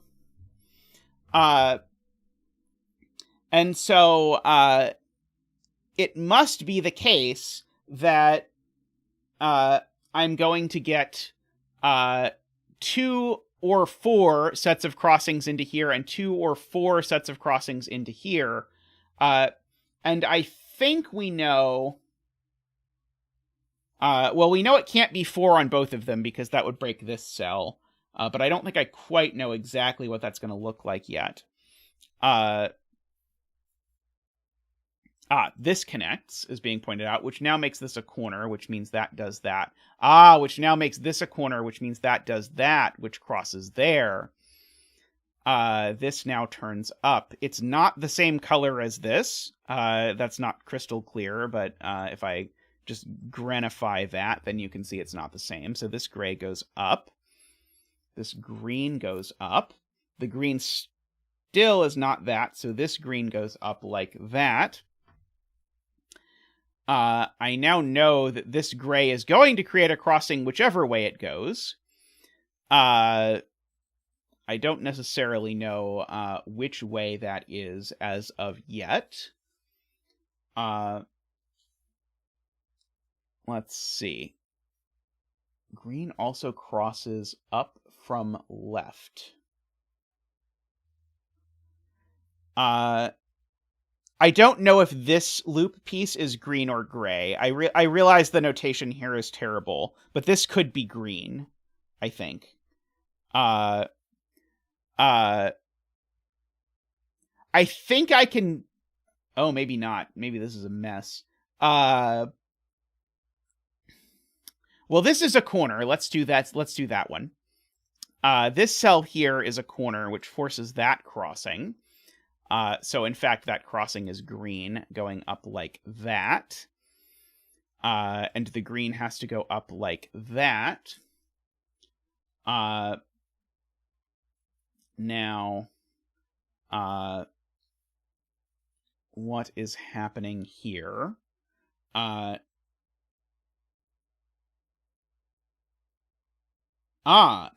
Sorry, I was going to do something. I was again trying to use something that was incorrect. Yeah, the question is, which of these strings of crossings is this gray going to cause?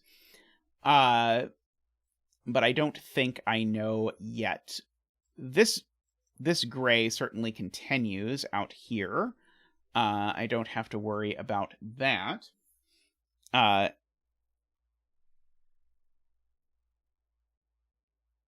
Gray can't go up in column 12 because it would block green. Oh, shade valid crossings green. Good point. So those are valid crossings. Those are valid crossings. That's a valid crossing. You can see how well I am doing at that. Thank you for the reminder, Heliopolis. Okay. Quite often, if you have like one of these on the edge, then it'll immediately turn out that if it's not a crossing, then you create a dead end. But I don't think this one creates any dead ends if it's not a crossing that I can see. I know that 2 of these 3 are crossings, which is interesting. Can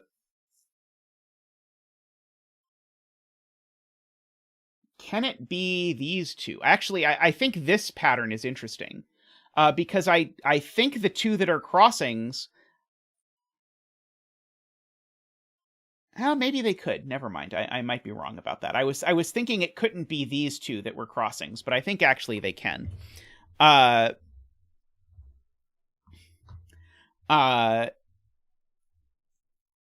Let's see.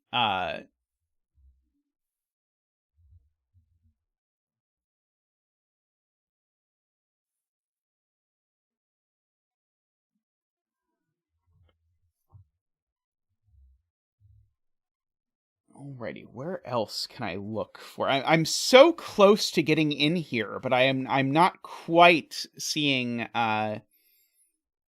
seeing the in yet. Yeah, it would be nice to have row and column numbers in Penpa. Oh, Isabella has a good point. I missed Isabella's point.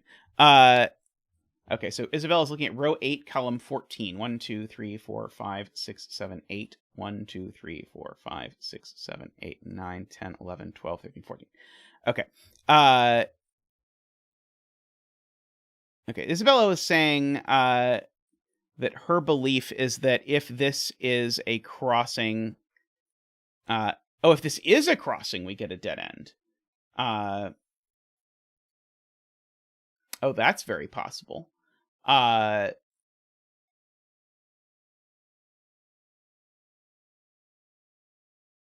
Let's see. Let me try drawing that in real quick, just for purposes of visualizing it. If this is a crossing, it looks like this. And now this is a thing, and we get a dead end here. That is quite a spot to Isabella. You're completely right. If this is a crossing, then we end up getting this cell isolated. So this is not a crossing. So this gray comes out here. This green comes out here. And now these can't be crossings, because if these were crossings, they would all be green, but that one is gray and that one is green. So therefore, these are all non-crossings. And therefore, this gray, we actually know what happens. This gray actually turns here, going through this, creating this giant cluster of crossings. Which, is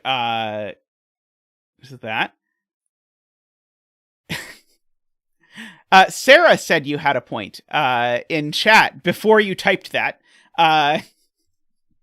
Amazing. Okay, so that makes all of these green, including this gray that we didn't know if it was green. This green turns here. Like that. This green has to extend. Oh, no, that's not necessarily true. Don't listen to me. Let's see.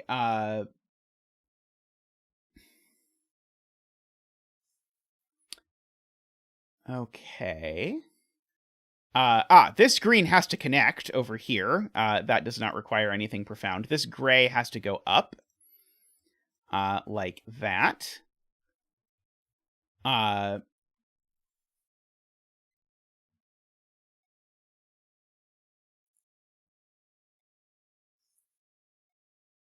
Let's see. Connect the grays in column 14. Let's see. 1, 2, 3, 4, 5, 6, 7, 8, 9, 10, 11, 12, 13, 14. 14 is the last one. I'm not quite sure what it's meant. I could do that, Tristan. Thank you. I'm going to have lunch after this puzzle is done, so I'm going to take a second longer break after this puzzle is done, just so I can have my little vegetables and whatnot. I know one of these is a crossing. I'm trying to look at, like, this being a crossing. I think if this is not a crossing, I think we have a problem. Yeah, if this is not a crossing, we create a dead end. Because if this is not a crossing, let me just show you what happens. If this is not a crossing, this is a corner, so green is blue, but now this is has nowhere to go, so that's not possible. So this is a crossing for sure. So we can continue that, which now lets us color that this is green. For that reason. Marking every fifth cell blue across the top row. That's not a bad idea. 1, 2, 3, 4, 5. 1, 2, 3, 4, 5. 1, 2, 3, 4, 5 across the top row. And then 1, 2, 3, 4, 5. 1, 2, 3, 4, 5. 1, 2, 3, 4, 5. Okay, that might be enough to help. Okay. So green is now, as Nicholas points out, definitely blue, because no matter how this cluster thingy connects, the cluster thingy always connects blue to green. So now green, everywhere it appears, can become blue. Very nice. Which gets us a whole bunch of red as well. Oop-a-doop-a-doop. Okay, and so now in particular, this red turns up, this blue turns up, creating a nice little red crossing there. And so therefore, immediately, this is not a crossing, because if it was a crossing, then it would run into this this problem.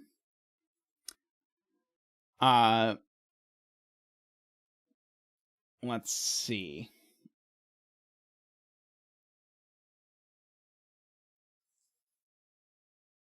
So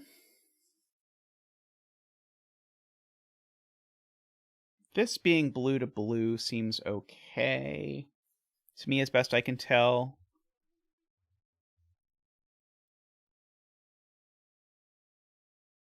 This cell's also not a crossing. I agree with Nicholas's assessment because of that, which then actually decrossifies those, which recrossifies all of these. So now that I do this, I can just math and know how this has to work, because there are 3 blues coming into this box, so there have to be 3 blues going out. So in fact, all of these do that, and these are blue. Good spot to Nicholas there.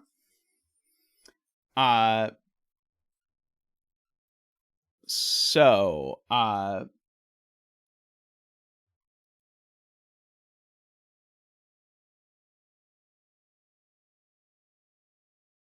every time you see something, Isabella has already typed it. I mean, it happens a lot to me that I see something and then it turns out that Isabella has already typed it too, Alan. So don't feel bad. It happens to all of us.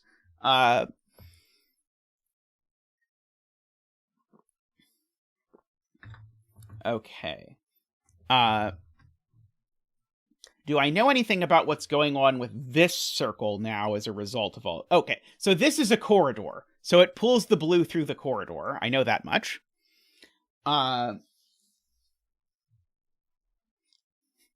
Really not very much help, but it technically did something. In the sense that the goal is to complete the loops, and I filled in some amount of loop, it technically did something.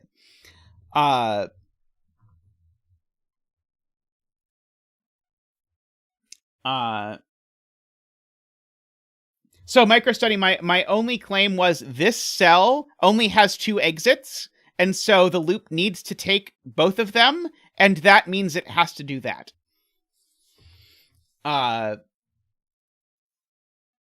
Row 7, column 12 can't be a crossing. If this was a crossing... if this is a crossing, it isolates this red. That's very clever. Okay, so this is a very good point from Jatloe. If this cell is a crossing, we end up with this pattern, which is a problem for this red, because the red would then have to connect to a blue. So this is not a crossing, it's a none crossing. And now that's going to force some more... oops. I am terrible. Sorry. That's not the thing that's not a crossing. This is the thing that's not a... Phew, boy. This is the thing that's not a crossing. This is not my best moment. So therefore, that's red. Now this is a corner. And so whatever happens here, that corner then has to do that in order for this to work. These two can't connect because they're different colors via the dot, so those two connect and these two connect, which gives us the colors. And so, blue is here. Garion points out that technically the cell that I said was not a crossing was also not a crossing because it's not a dot at all. That's true. I agree. So this comes out like this. Which is all well and good. I must be able to resolve this somehow, although I don't see how. How can this possibly be? Oh, it's going to be resolved by how these connect. Okay, got it. Never mind. I now understand how this could maybe possibly actually resolve. Row 5, column 12 can't be a crossing. If this is a crossing...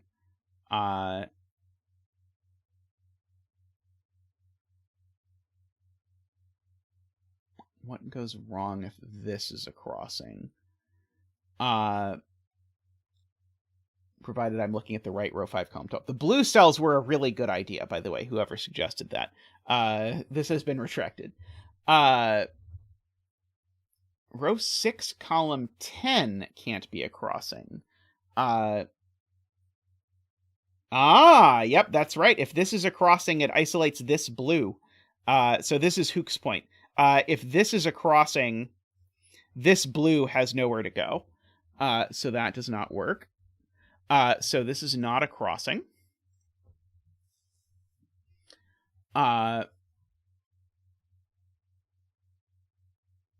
So now I actually know that there's a line here. Oops, not there. I know there's a line here no matter what, because I can't connect blue to red.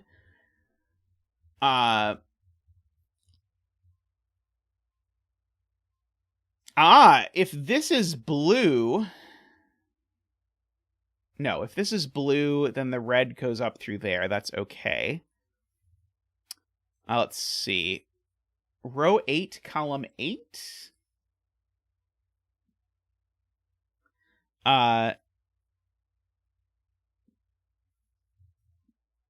Right. So MicroStudy's point is the inside color in this one has to be blue and only blue, because of this cell putting blue in the middle of the loop, regardless of which way it goes.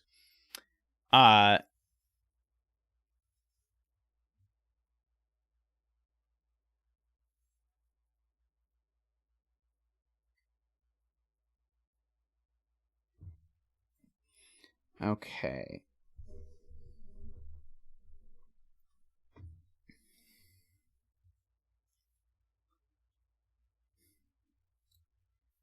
trying to understand like what I know about these and whether they can be crossings or not. I guess I know 2 of these 4 are crossings. But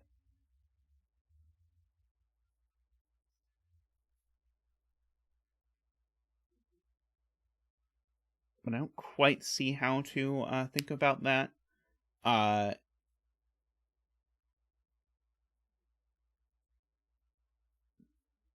There's some sloop logic in the top right corner. So, for example, I know that this has to be a line because, again, I can't connect to these 2. Let's see. Row 9, column 3 is not a crossing. Okay, let's look at that. So if this cell is a crossing, red comes across here, blue comes across here, and then what happens? And now this cell has to connect red to blue because it's a corner. That's really cool, Isabella. Well spotted. Very cool setting this, by the way. I've enjoyed all of these a great deal. That's very subtle and very neat. So now the blue comes over here for sure. That chases the red up, which chases the blue up.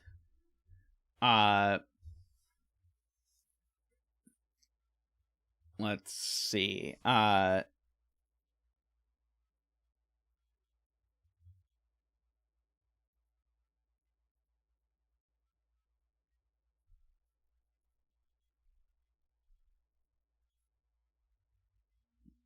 trying to see if I screw up my parity if these are all none crossings. Because that sort of forces this blue over here in a way that makes me uncomfortable with these 2 loop ends. I don't think it works, but I think I have to look ahead really far to see it. Because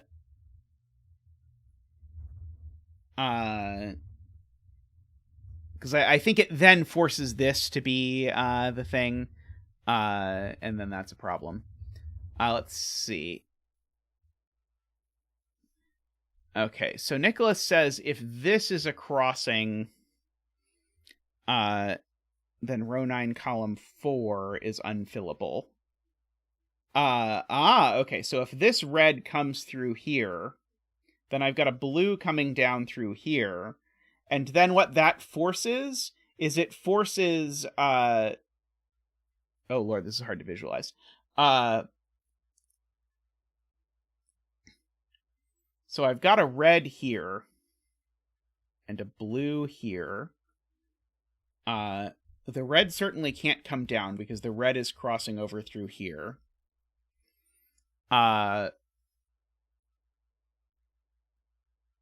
3 blue endpoints going into the same cell.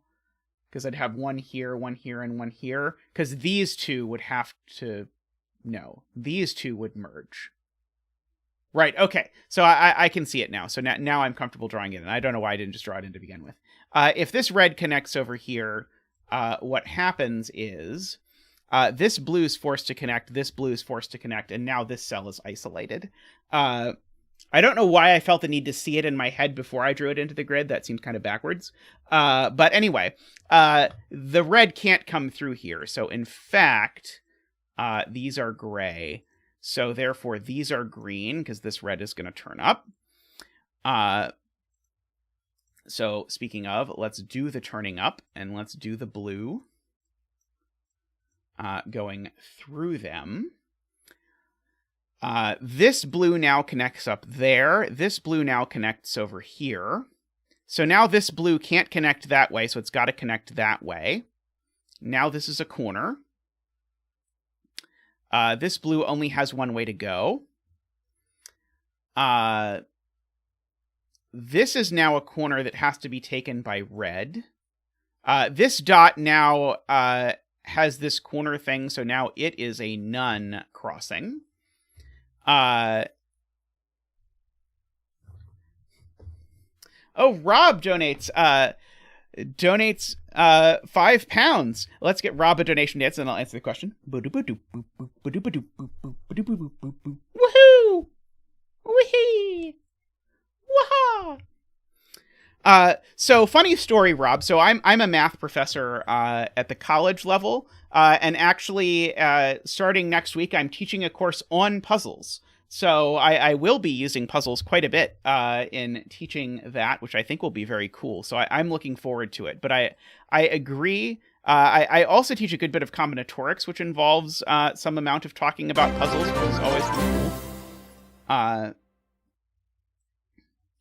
So this can't be a crossing, is the point, because it has red in both directions. So that is not that. So this red comes up here.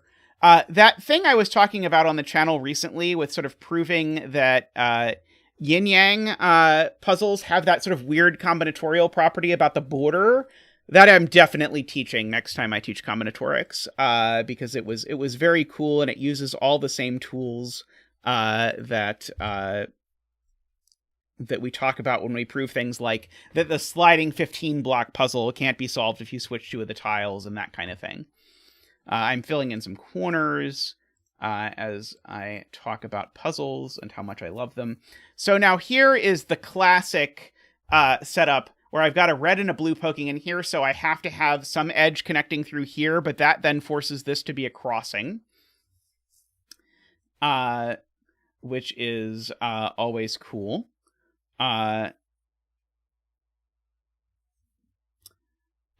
Sadly, I don't think there's going to be any sort of online form of it, although if you want to see endless hours of me talking about puzzles and puzzle creation and what my philosophy is behind it, these are already available. So, for example, Meme Rister's channel has had me on it a number of times where I've sort of shared all of my dark secrets about puzzle setting.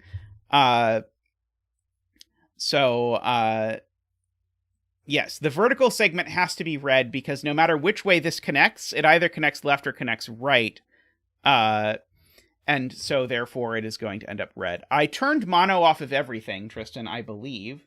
I can try and look at it again. No, not that one. Alert overlay. Properties. No, not that. Advanced audio.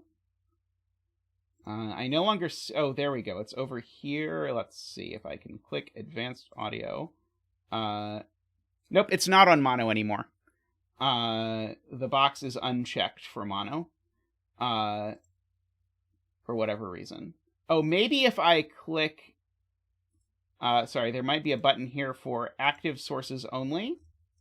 Nope, even if I include inactive sources, it still shows as not being mono.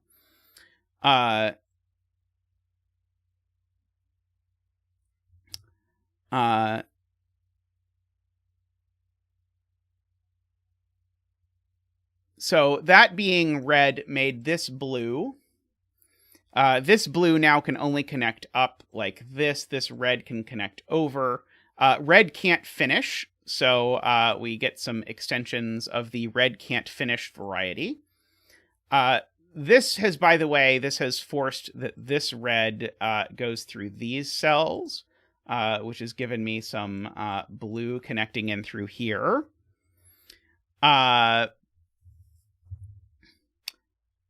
I've never taught out of a BarleyCamp book.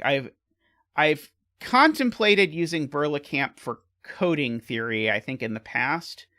It's my recollection that BarleyCamp is really aimed at engineers.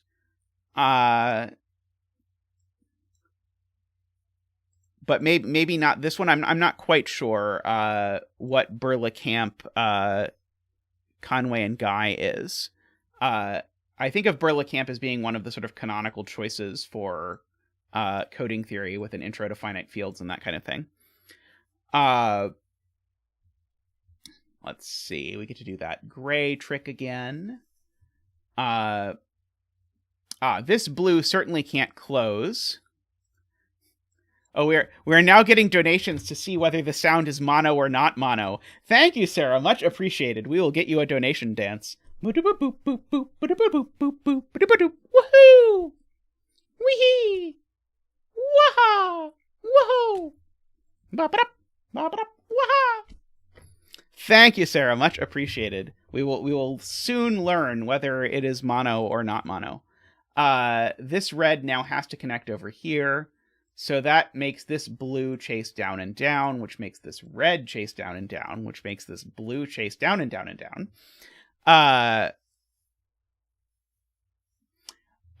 This red now can only go down, but it's red, not blue, despite my efforts to the contrary. Oh, I didn't actually do this. I knew these are green, and I knew as soon as those were green that these were gray, because otherwise there would be the wrong number of loopy bits in here. Speaking of, this is a corner. This only goes down, so this goes over and that goes over, so we finish that. This blue comes down here. The red comes down here. The blue comes down here. This blue comes down there. So this red does that. We did seem to have gotten a dinosaur. Oops. Ah! That's not what the loop is supposed to do. This loop can't close. So then the loop comes over here and does that. And so now if this loop connected down, it would close, so it doesn't, and does that. And if this connected down, the loop would close, so it does that. And there we go to a beautiful puzzle. So excellent. All three of those I enjoyed mightily. So thank you, Jatloe and Ambrose, for making those. Very nice puzzle there. I hope to keep seeing these sort of appear throughout the puzzle world. I enjoy them at least.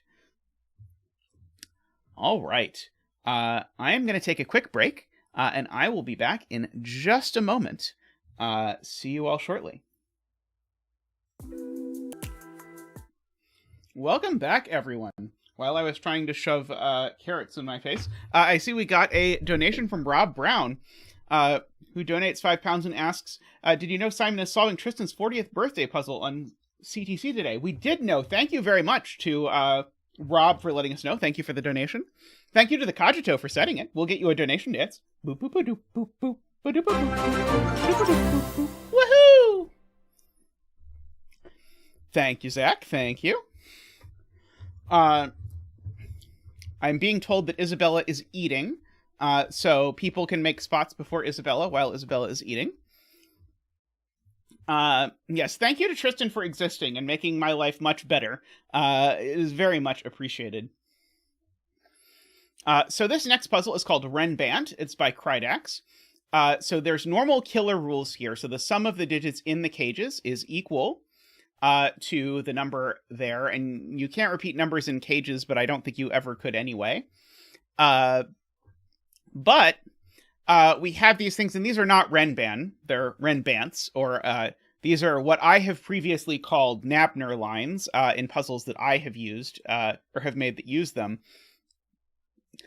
These are lines that contain a set of non-repeating digits with no pair of consecutive digits anywhere on them. And so the very nice thing that Krydax has done here for us... Oh, I should put down a tree before I explain the first step. I'm going to go there. The very nice thing that Krydax has done for us that I was not kind enough to do in either of my Nabner puzzles is to provide length 5 lines. Because there is only one way to fill a length 5 9. Or, a length 5 9? There's only one way to fill a length 5 line, which is with 1 3 5 7 9. Yes. Because if I try and use any evens, I can't get there. And so what that's going to mean is this 6 cage, it can't have 2 odd digits, because that would be too many odd digits. So this is now a 2 4. And now my brain immediately wants to fill, so this is a 1 3 5, but that is not even a little bit how this works. But I do know that these are there's one more odd number sort of floating around down here. Right, this is also a 6 cage. It's being pointed out by similar sources. Actually, we've got all the odds in this box, so actually these are from 2 4 6 8.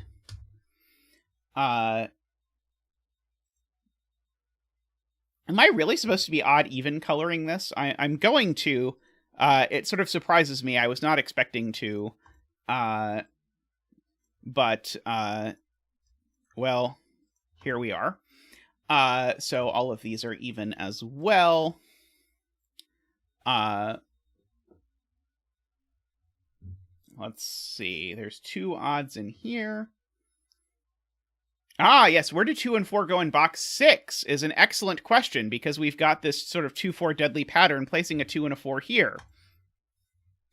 And so these digits are not 1, 3, or 5, because those would be consecutive with 2 or 4. So these digits, therefore, are from 6, 7, 8, 9 only. The 10 cage has a 2 or a 4, but not both.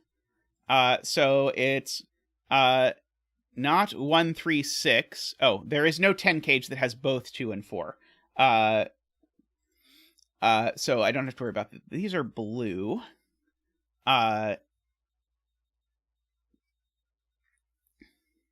Let's see. Ah, right. That's a 6, 7, 8, 9 quadruple. Great spot, Judith, because the 15 cage, of course, also comes from 6, 7, 8, 9. And so, therefore, these aren't 7, 9. Therefore, this is either 2, 5 or 3, 4. Because it can't have a 6 in it. And these are from 1, 2, 3, 4, 5. Up here. The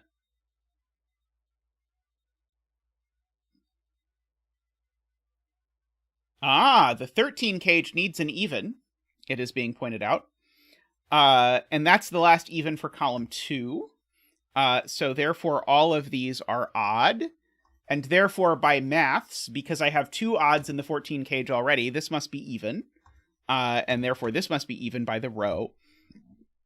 Excuse me. So these are a 6, 8 pair.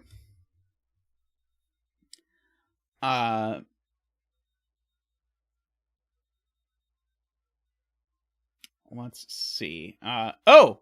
This 15 cage can't be 6, 9. That's cute. That's adorable. If the 15 cage is 6, 9, then these are 7, 8, and they're on a Knappner line together. So this is not 6, 9, and therefore it is 7, 8. And therefore these are 6, 9. That's very cute. Very unexpected. I just happened to be rewatching Clover's setting video, which, by the way, if you've never watched Clover's setting video, just go watch Clover's setting video. It's amazing.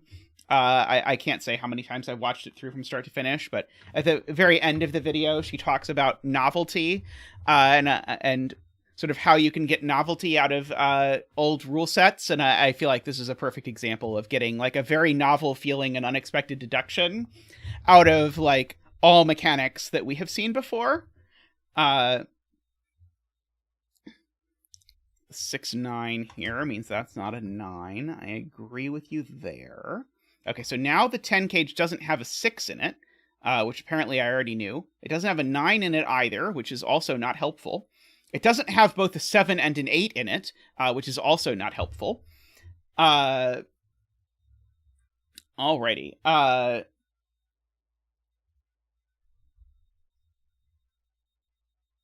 So ones that can't have a 3. Why can't the 10 cage have a 3? Hey, Rockrat Zero, I hope you're doing well. Right,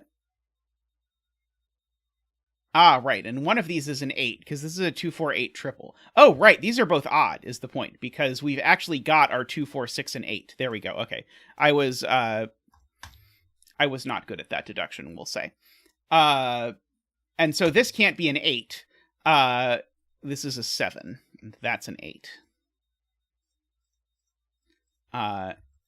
8 and 7.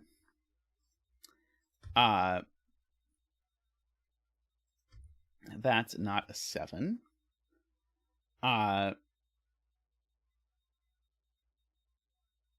Okay. Oh, Zach! That's right! Zach! Zach gets to come out and do the 8 dance. Woo!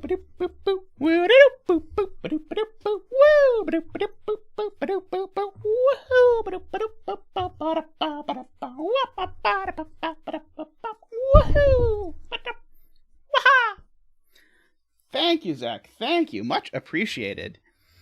Zach was distracted eating some of the carrots.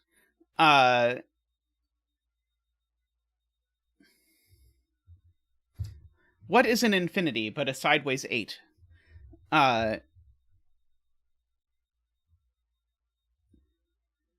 We know where the 6 and 8 are in row 3, J.C. Godar points out. These are a 6 and an 8. That's actually the last even for column 7, so these are all odd. And we get to do the 14-cage trick again, where I have 2 odds, so this needs to be an even. And so it's 6 or 8, and it's the last even for the box, so these are all odd. This has been a very smooth puzzle so far. Let's see. This no longer has a 7 in it.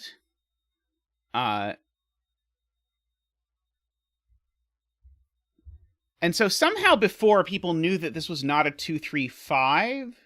I don't think I ever understood how people knew that it was not a 2, 3, 5.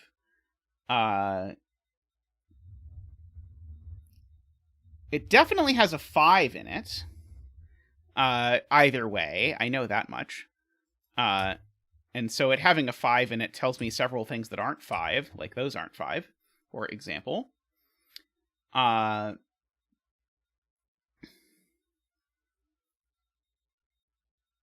see. Yes, I've got my little magical 6-8 X-Wing. In particular, the 6-8 pair tells me that this is not an 8.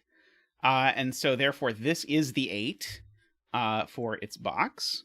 Wait, is that true? No, that's not true. One of these two is the 8.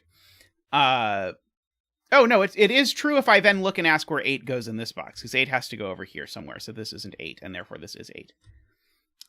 So it was true-ish, we'll say. True-ish. Okay, so now the 13 cage. It doesn't have an 8 in it, and it doesn't have a 6 in it either, because there's a 6 pencil marked into one of these. And so that means the 13 cage is the other one. It's 4, 9. So there's no 9 there. Or there, which means that the 9 for the row is in one of these two, which means that these two are not 9.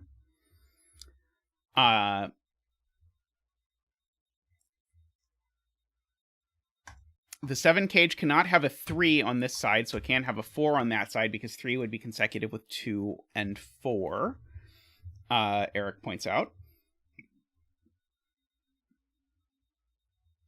This 4-9 pair looks down, removing 4 from these, MicroStudy points out, making this a 4, which makes this not a 4 either, which makes this a 2-5 pair. It's a 2-5 pair, but this one can't be the 5. So we get to fill in all of that. No 5 here, no 5 here, no 5 here. So now the 5 on this line is in one of these two cells. So that's not a 5. That's not a 5. These are not 2 or 5. This has become... Oh, I can color these. That's why I'm confused. This has become a 4 and a 2. So, this now seems to be 2, 3, 5. I swear earlier people were convinced it could not be 2, 3, 5, but I misunderstood something. That is a 1. That is not a 1. That's not a 1. It's not a 5.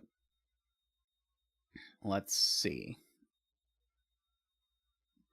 These two are the same digit, weirdly. Oh, no, sorry, that's not true. These two could be the same digit. Never mind. These two are these two, is I guess what's going on. Likewise, these two are those two, etc., etc. So the versions of a 14 cage that don't have a 6 or an 8 in them are all out. As is 2, 4, 8, because this has 2 odds.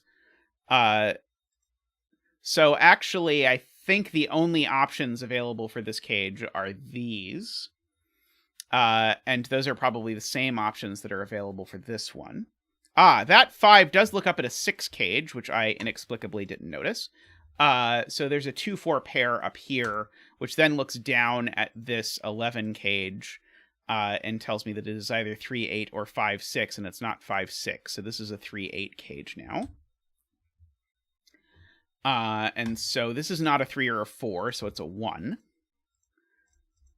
So these are not 1. That's not a 1. So one of these two is 1 for this. This is a 3, making lots of things not 3. For example, none of those are 3 now. And so that's a 7-9 pair on this Napner line. So that's not a 9 and that's not a 7. This is a 4 just by Sven. Let's see. That is not a 3. So that 7-9 pair means these aren't 7 or 9. So that is a 3-5 pair. That 3-5 pair looks over and makes that a 7, which makes these not 7.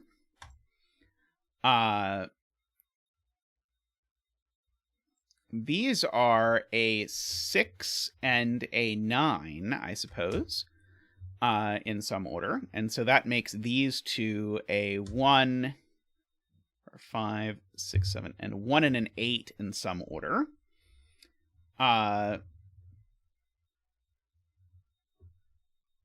6, 7, 8, 9 on the line in row 1.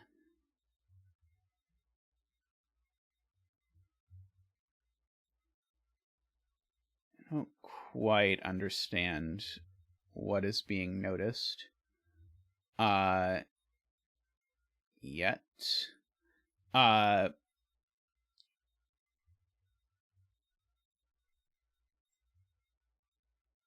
Oh, just the fact, right. The fact that this is the thing from before. This rules out 1, 3, and 5. So these are from 6, 7, 8, 9. That's the point.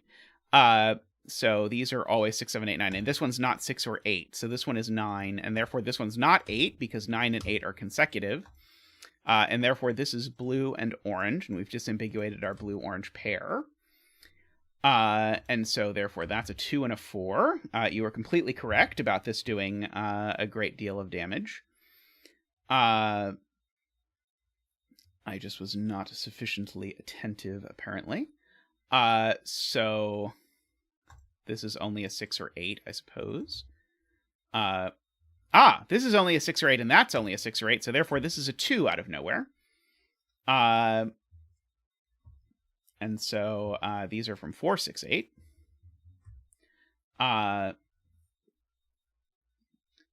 Let's see. Column 5 already has a 3.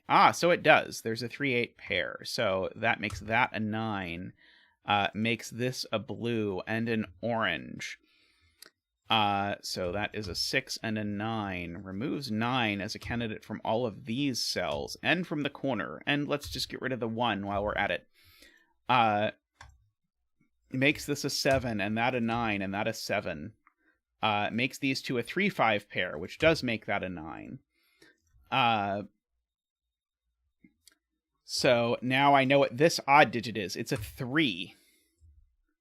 So that should immediately tell me that this is a 3, 5, 6 cage, apparently. So this is an 8 and a 6. So these are either 1, 7 or 3, 5, but they're not 1, 7, so these are also 3, 5. So that's a 3 and a 5.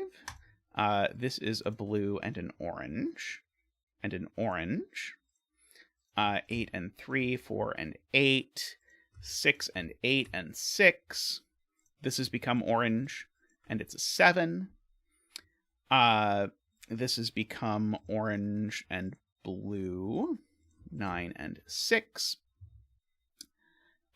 This is a 1, 3, 5 triple, so therefore that's the 7 for the row. This is the 1 for the column. This can only be a 7 or a 9. Yeah, let's try Mark. That's a good idea, Microstudy. It was not nearly as horrendous as feared. earlier I had an unfortunate mark incident. So let's see. So that's a 2. That's a 1. Oh, there's a 1-5 pair in the column, so that makes this blue. And makes this blue as well. So that is not a 1, that's not a 6. There's a 1-5 pair in the box, so this is orange and blue. This is not a 1, which gives me a 3-5 pair in the column and in the box, which makes this a 1. No 1s over here, no 1s or 8s over here, no 1 up here. No 9 there, no 2 or 4 here. This is orange, so it's not a 2. So these are a 1-7 pair, and that's a 9. Sven doesn't know that orange means that, of course. And you can't have a 7 next to a 6, so therefore this is a 1 and a 7. And you can't have a 1 next to a 2, so therefore that's a 4 and a 2. So that's blue and orange, making that an 8 and a 1 and a 2 and a 4. And this can't be a 7 and it can't be a 3, so it's a 5. It can't be a 3 because it's next to that friend. So that's a 3. That is an 8. It's a 7. Orange and blue. We are going to have an orange for here, and we're going to have a blue bedding tree. We'll have to wait in suspense to see what it is. That is a 5. This seems to be a 6, if I believe my coloring. 1, 3, 3, 5, 3, 5. 1, 5, 7. And the bedding tree is a 2. Congratulations to all of the 2-betters out there. May all of your bedding tree wishes come true. Another lovely puzzle. I know Krydax hasn't been setting many puzzles lately, but I wish they would, because this is the second amazing Krydax puzzle that I have done. So really enjoyed that. Alrighty. Let me take, again, a quick break. I will eat a couple carrots, and then I will return, and we'll have another puzzle. So don't go anywhere. I'll be right back. Welcome back, everyone. Next up, we have a Crusader 175 puzzle. So here in this puzzle, we have a global constraint, which is that no 2 digits that are the same mod 3 can touch. And so if you don't know what that means, it's just 147 can never touch, 258 can never touch, and 369 can never touch. That is the rule, in addition to the fact that the digits on white dots have to be consecutive, and the digits on black dots have to have a ratio of 2 to 1. And notably, they can't be 3-6, because 3-6 would be touchy-touchy for things that aren't supposed to be touchy-touchy. So I just threw a bedding tree down here, by the way. If someone has done this puzzle and knows a better bedding tree, by all means, let me know. These are Renban't, so they're not the thing from the last puzzle, notably. Namely, these things are a set of 3 consecutive digits, but it can be any digits and it can be in any order. So it could be 6, 7, 8, for example. And along this green line, I have to make sure that I keep numbers at least 5 apart if they touch. So lots of things to notice right away. So the thing I noticed right away is the same thing that Nicholas said right away, which is that because 3 and 6 can't touch, the only black dot options are from 1, 2, 4, 8. Also, because of the way that this German Whisper is structured, these are a 4, 5, 6 triple. Because 4, 5, and 6 can't go next to 2 different things on a German Whisper, which they would have to if they went anywhere in here. So this is never a 4. And if that's never a 4, this is never an 8. At the very least.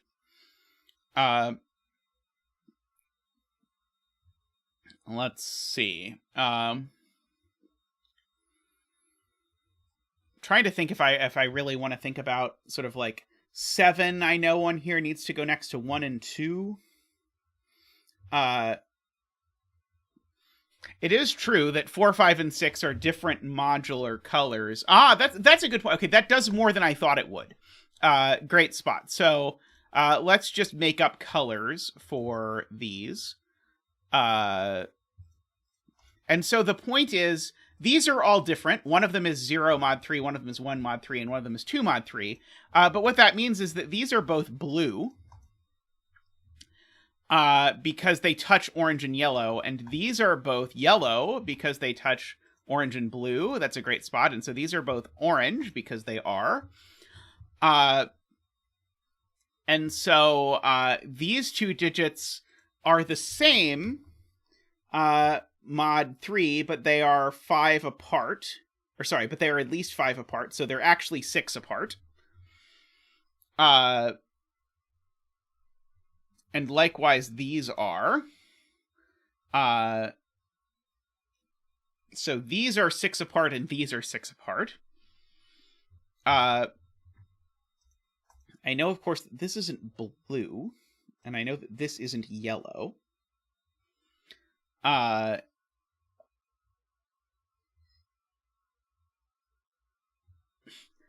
There was more of a journey. Yeah, It's often the case that when you're setting a puzzle that you learn a lot of things that you then think are cool, but then it turns out that in practice, actually making someone else learn them is not actually as fun as you thought it would be.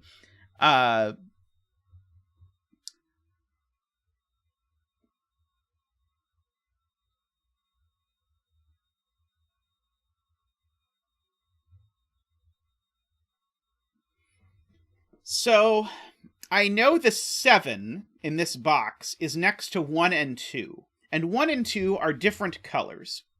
So therefore the 7 in this box is one of these two. And therefore, in particular, the 7 is orange. And therefore this digit's a 4. Just to go over that again before we let in Zach for his 4 dance, the point is that 7 on a German Whispers can only go next to 1 and 2. Am I wrong? Isabella says I'm wrong. What?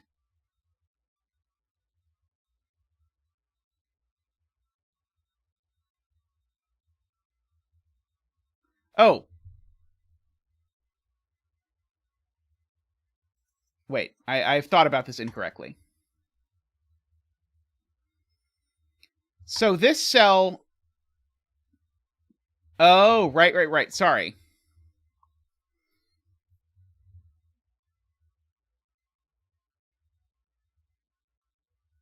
Right. 7 and 1 are the same parity. Sorry, the same triady or whatever. Sorry, you're right. So I was thinking about this in terms of these two, but that's actually true everywhere along the line, that the two things it touches are actually different colors. The thing I should be thinking of is the 7 touching something of its color? And it is, because the 7 needs to be touching a 1. And so if the 7 is orange, that doesn't work, because it would need to be touching an orange, and there isn't one. So, therefore, the 7 is in one of these scadzillion places, and this is not nearly as interesting as one might have hoped, until you realize that exactly the same thing that I said about 7 is also true about 3. Because 3 needs to touch 8 and 9, and 9 are... 3 needs to touch 8 and 9, and 3 and 9 are the same color. So one of these, one of blue and yellow is 0 mod 3, and one of blue and yellow is 1 mod 3, and therefore orange is 2 mod 3. And so this digit's a 5, and we get to do the 5 dance.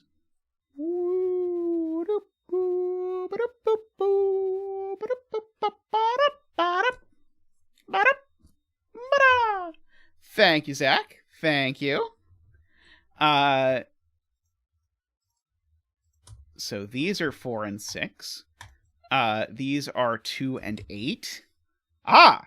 Well, that's interesting, because if these are 2 and 8, then this is not 2 or 8. That's really right? I did that correctly? I think I did that correctly. So therefore this is a 1. And therefore that's a 2. 1 is not next to 8 on a... Or sorry, 1 is not next to 2 on a German Whispers line. So that's the 8, and that's the 2. The thing that is next to 1 and 2 is a 7, so that's the 7. The thing that goes with 7 is 4, so that's a 6. And then the 3 needs to go next to the 8 and the 9. And so therefore that's an 8 as well. Okay, and so I can percolate my coloring. So this is orange because 8 is orange. And this is orange because 2 is orange. Very nice. And so I know the color of this cell because this cell sees yellow and orange, so it is blue. Da-dee-dee-da-dee-da. So this can only be 1 or 4, but it can't be 1, because if it was 1, it would need to go with a 2, and there's no 2. So this is only actually 4. That's very cool. And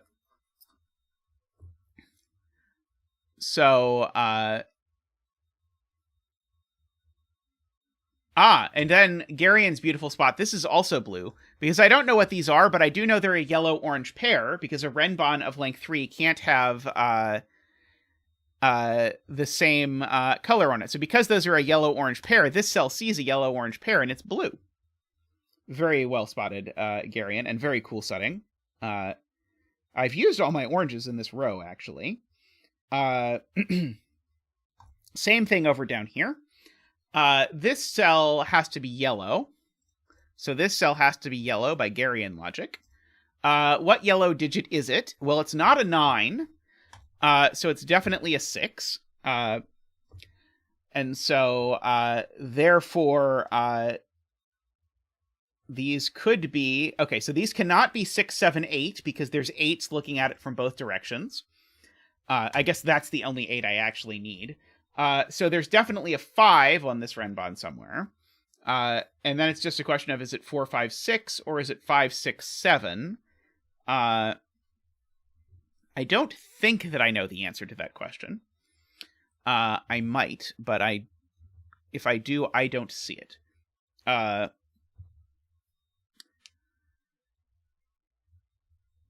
Let's see. Perla notes that Renban't definitely has a 5 and says the same is true of this one, because if this one didn't have a 5, it would have a 2, and it can't. So it's true. Both of them have a 5.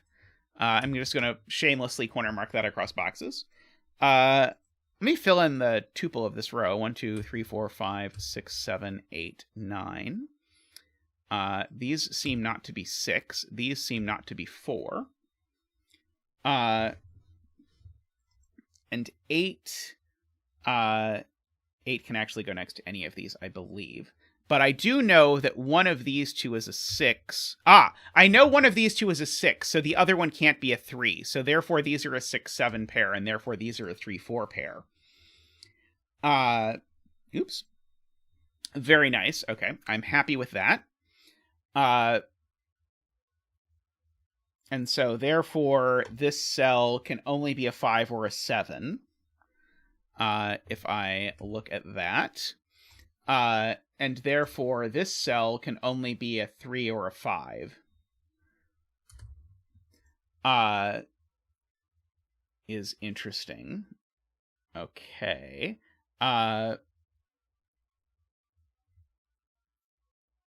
So...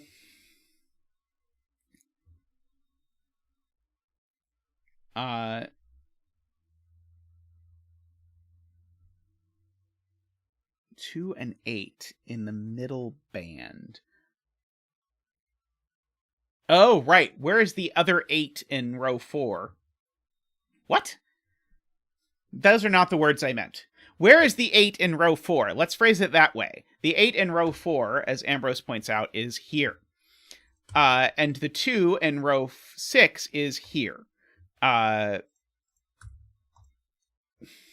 So, yes, this is not a cogito puzzle. There is not another 8 in row 4.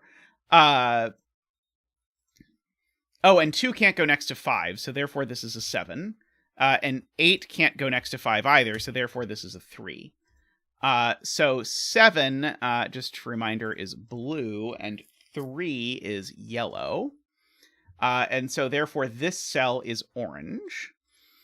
And is the 5, in fact. And this is the 5, and it's orange too. Let's see. Yes, 4 can't go next to 7, so this is the 3, and that's the 4. Making this yellow and this blue. These are a triple of 1, 2, 3, 4, 5, 6, 7, 8, 9. Okay, and 3 can't go next to 9 for sure. 5 can't go on a whisper at all. 4 can't go next to 1 either, so this is a 9, a 1, and a 5. Let me color those appropriately. So yellow, orange, and blue. 6 can't go next to 3, so this is actually a 7, making it blue and making that yellow. These are a triple of stuffs. They are 1, 2, 3, 4, 5, 6, 7, 8, 9. It's not a fact. Not a 5. This isn't a 5, and it's not a 9 either, because it's touching a yellow. So this is a 1, a 9, and a 5, and I can color all of those as well. Blue, orange, and yellow. Okay, so this needs to be at least 5 away from 1, and it's not 6 or 8. So this digit can only be 9, because it can't be 7 either.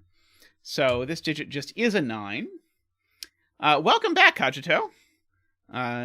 We may or may not have just made a joke about your puzzles, and by we, I mean me. Because I mistakenly said the phrase, "Where is the other 8 in row 4?" And it reminded me of your previous work. So anyway, glad to have you back. So this digit needs to be at least 5 away from 9, and it can only be 1, actually. Because it can't be 3, because 3 and 9 are the same color. So this is whatever color 1 is. Sorry, my brain is not grokking this color combination that I chose. Okay, so Chad is completely correct. There's lots of places I can fill in the color where I only have to think about color, and that will make life nicer, because this is blue, because it sees an orange and a yellow, and this is yellow, because it sees a blue and an orange. And this is blue because it sees an orange and a yellow. And this is yellow because it sees an orange and a blue. And this is blue because it sees an orange and a yellow. And this is yellow because it sees an orange and a blue. And that keeps going here. And so this is orange because it sees a yellow and a blue. Okay, and we actually know what orange it is because it's the other one. It's a 2. This one is a 6 or a 9. I actually don't know which one in this case. This one is a 1 or a 4, and I don't know which one in this case. I do because of that. So that one looks over and says that that's a 4 and that's a 1. So I'm going to know what is going on with this thing, I think. Maybe not, actually. Maybe I don't yet. This is a 3. I can do the same thing over here. Now, this is a 6 or a 9, but it's not a 9, so that's a 6 and that's a 9.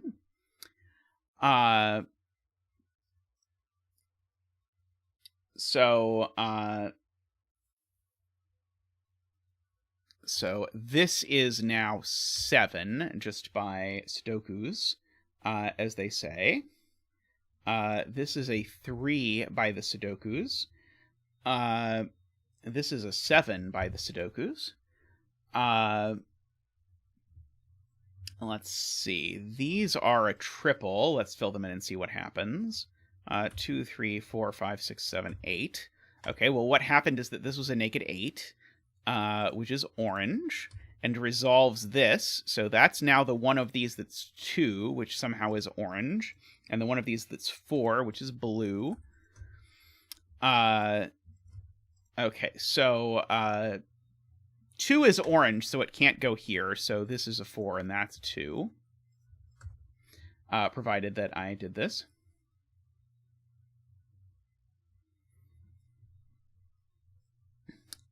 Not always, Perla. There's a little bit more give than that, but a lot of global constraint puzzles, even if it's not forced, it makes setting it a lot easier if you agree to yourself in advance that you're going to set it to meet one of these patterns. So you'll see, for example, the vast majority of non-consecutive puzzles you see are completely roped, because if you agree to make it roped, you can make a non-consecutive puzzle more easily. But it's not true that all, or I think even most, actual non-consecutive puzzles are roped. It's just, it makes it possible to not actually break the puzzle more easily. So one of these needs to be orange, and it's that one. And then this one needs to be yellow, and so the yellow one was a 6, and the orange one was an 8. Yeah, these sort of... sometimes in puzzles, you just have to let yourself sort of, like, fix the answer and then reverse engineer it. It's usually not the thing you want to do, but every once in a while it is. 2, 3, 4, 5, 6, 7, 8, 9. So this is a naked 6, apparently. 5 or 7. These are a 3-7 pair, so this is a 5. So these are a 3-7 pair, and the 3 is not next to the 6. So that's the 7 and the 3. I can give you like 3 different proofs that this cell isn't blue. I don't know how interesting that is. Let's see. Row 8, column 9 is orange. Yes, we did get that. Okay, let's fill in these pairs up here. These are a 7 and another thing. A 7 and a 2. These are an 8 and a 9. And these are a 1 and a 2, 3, 4, 5, 6, 6. A 1 and a 6. Let's see. Okay. Where's the 7 in box 8? I am being asked. Ah, yes, the 7 in box 8 is just here, which is glorious. Good spot to curb on there. And so now I've got to think about where I'm putting the 1 in this box, and I now only have one place for it, which is here, because the 1 can't touch the 7. And now I only have one place for the 1 over here, just sudoku-logically. And now I've got a 1 up here somewhere, and a 1 up there somewhere, and I think that's all the 1s that exist in the universe. Let's fill in this pair. So we've got a 2, 3, 4, 5, 6, 7, 8, 9. So these are only from 4 or 8.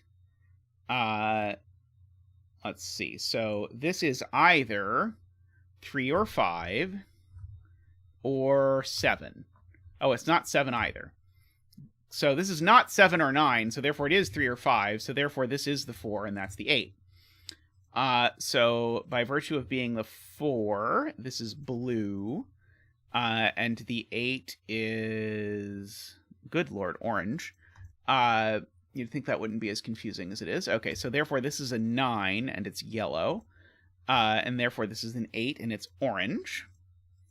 8 and 9. The 9 can't go next to the 6, so this is a 1 and a 6. So 1 is blue and 6 is yellow. The other orange in the box has to go there and is a 2. And the other blue in the box is there by process of elimination and is a 7. Let's see. This column, let's go ahead and fill in, because we've got lots of digits looking at stuff. 2, 3, 4, 5, 6, 7, 8, 9. This is just a naked 9, even without any further considerations. In fact, let's ask Mark to help out at this point. And if Mark helps out at this point, then we probably do pretty well for ourselves. So let's highlight all the cells that we know are yellow and yellowify them. Those cells are all yellow. 4 is blue. That might be the only blue cell. These are orange. 8 and 5 and 8 and 5 are all orange.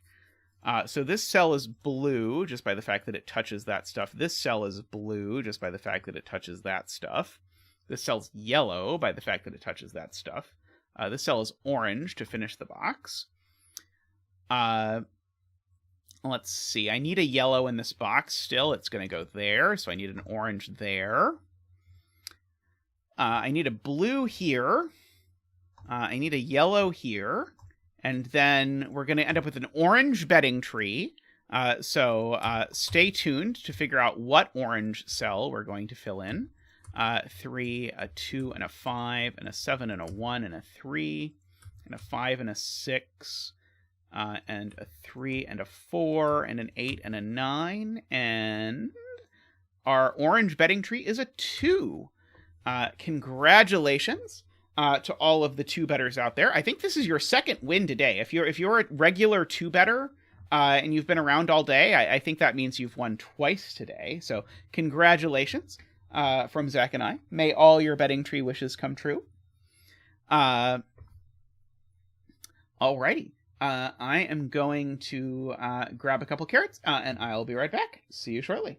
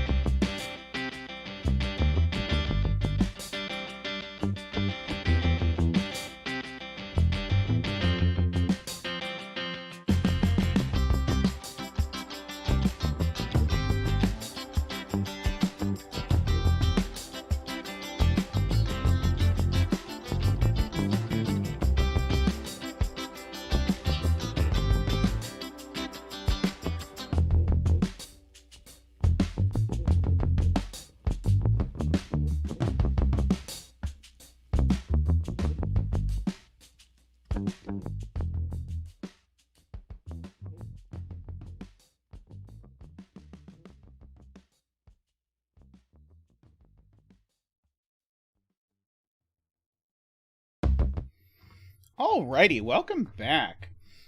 Next up, we have this puzzle 21 again by starwarigami. I don't think this cell would make a good bedding tree. Let's write the bedding tree there. This might be one of the harder to avoid bedding trees. We'll see. So this is a pure killer, and it's a pure killer where every cage sums to 21. Pure killer trick number 1. If all but one cell of a box is in a killer cage, then you can use the magic rule of 45, or the secret, if you prefer, to note that these cells sum to 42, but the entire box sums to 45, so therefore this is a 3. And we can do a 3 dance. Ba-doop-ba-doop. Woo! Ba-doop-ba-doop. Boop, boop. Woo! Ba-doop-ba-doop. Ba-ba-da-ba-ba-da-ba. Wah! Ba-da-ba-da. Ba-da-ba-ba-ba-da-ba. Wah! Ba-da-ba-ba-da-ba. Wah! Ba-da-ba-da-ba-da-ba-da-ba-da-ba. Woohoo! Sorry, Zach, the music got out of sync with your dancing. Apologies. I'll do better next time. But thank you very much, Zach. Much appreciated. So we have our 3. The thing I notice is that every 6-cell 21 cage, and we have a number of those, is from 1, 2, 3, 4, 5, 6. I deliberately made that one not in a 6-cell 21 cage. And in fact, I'm going to go ahead and color all of those digits in this puzzle green for my numbers that are that. So this is green as well. And so all of these numbers are not green. And so this number is green. So this is from 1, 2, 3, 4, 5, 6.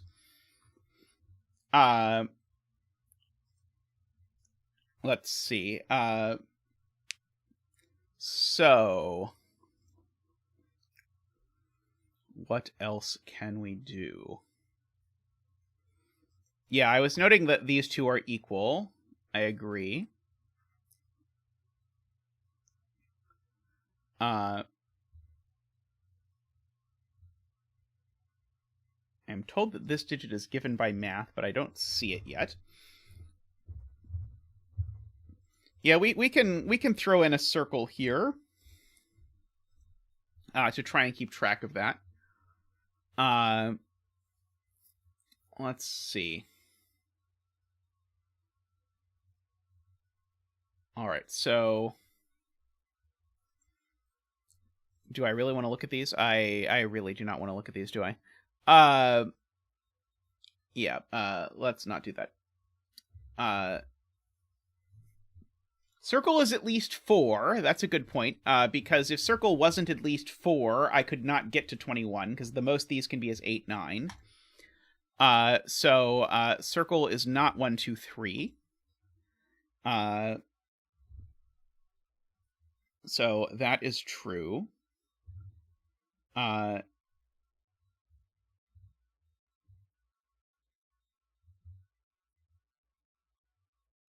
Boxes, let's see. Boxes 1 and 4 have complete cages plus 1 cell. Okay, got it. Right. So the point is these cells all sum to 90. And these cells sum to 42, 63, 84, and therefore this is a 6, I believe. Did I do that right? Is it a 6? 6 plus 4 times 21 sounds right to me. Nicely done to Kurban for spotting that. And so therefore these two cells are a 7 and an 8, which are yellow. And this is a yellow and it's a 9. So now we've got only a couple options here, which all involve a 1 and a 2 for what it's worth. No 6s down here. 21 with no 6 has got a few options, I suppose. Okay. I'm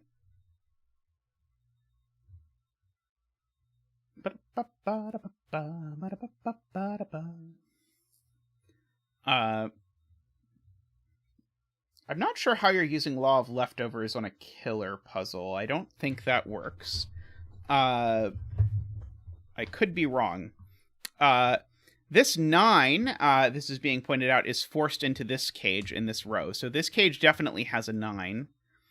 By the way, if you've not played around with the Cracking the Cryptic Killer calculator, it's very good to have these sorts of things. You can click to say you know a digit is in it, or know a digit isn't in it, or whatever assorted version.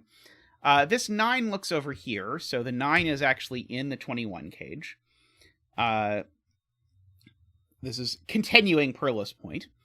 And so these are either 4, 8, or 5, 7. So we know circle isn't 6. Sorry to Nicholas there. Let's see. So this is either a 9 with an 8 or a 9 with a 7, 4 or 5.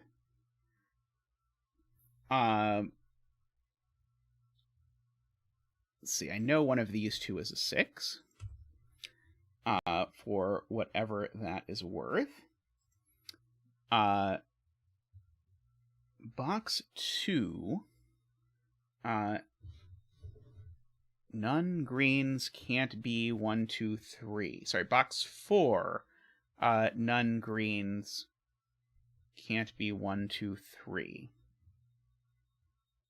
I think I misunderstand slightly what is happening. Row 1, column 4, 5 is a 1, 2 pair. I am being told.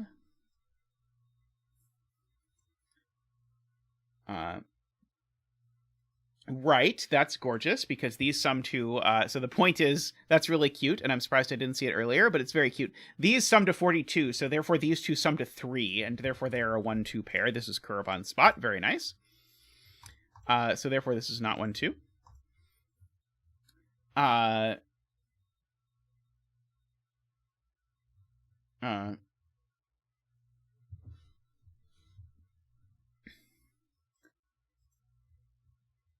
So no 1s, no 2s in there.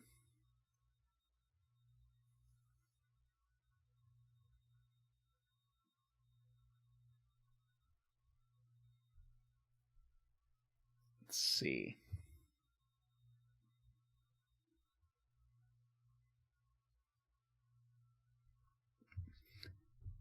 Yeah, I just wasn't filling these out because yellow just meant that it was 7, 8, or 9, but I might as well fill it in. I'm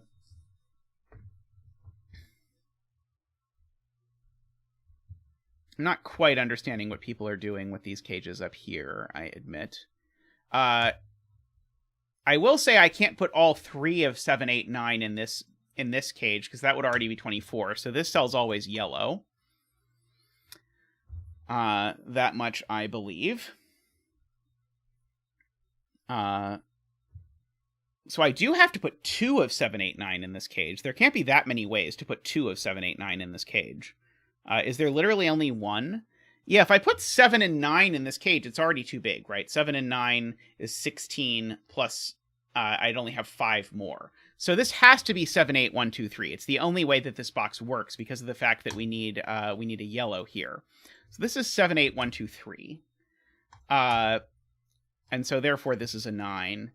I don't know if that's how people were seeing it. That's not what I heard people saying in chat, but I wasn't quite able to understand what people were seeing. So I bet it's equivalent to that, but I did not understand it. These aren't 1, 2. I know as well. I guess I also could have said I know there's not a 1, 2, 3 in either of these. There's definitely a 9 in one of these two cells. That probably would have been the easier way to do it. That's probably actually what chat was telling me. I think that's what chat was telling me, is that none of these 5 cells could be a 1, 2, 3, so this is a hidden 1, 2, 3 triple. I think that's what chat was seeing.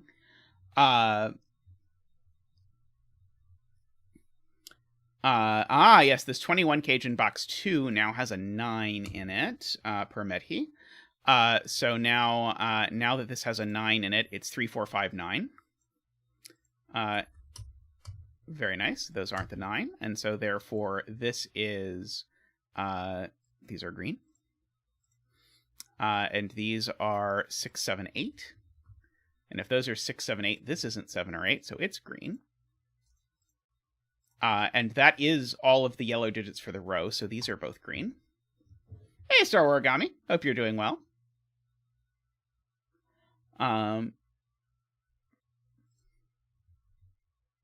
These are 4, 8, or 5, 7.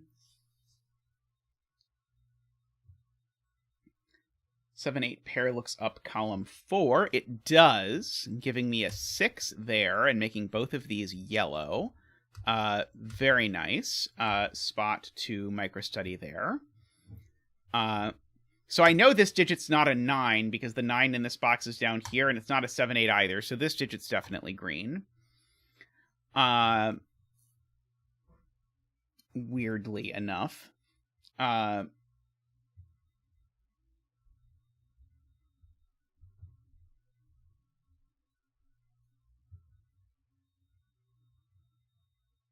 Okay.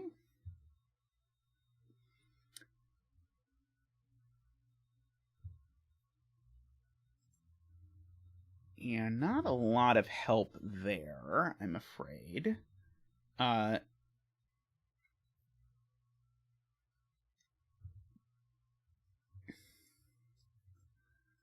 One more 7, 8, 9 in one of these cells.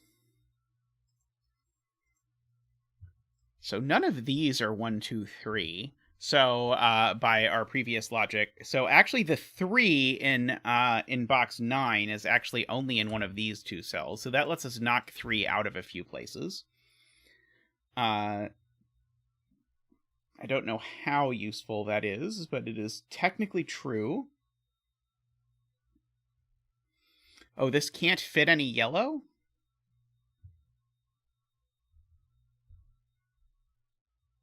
How do we know this has no yellow in it?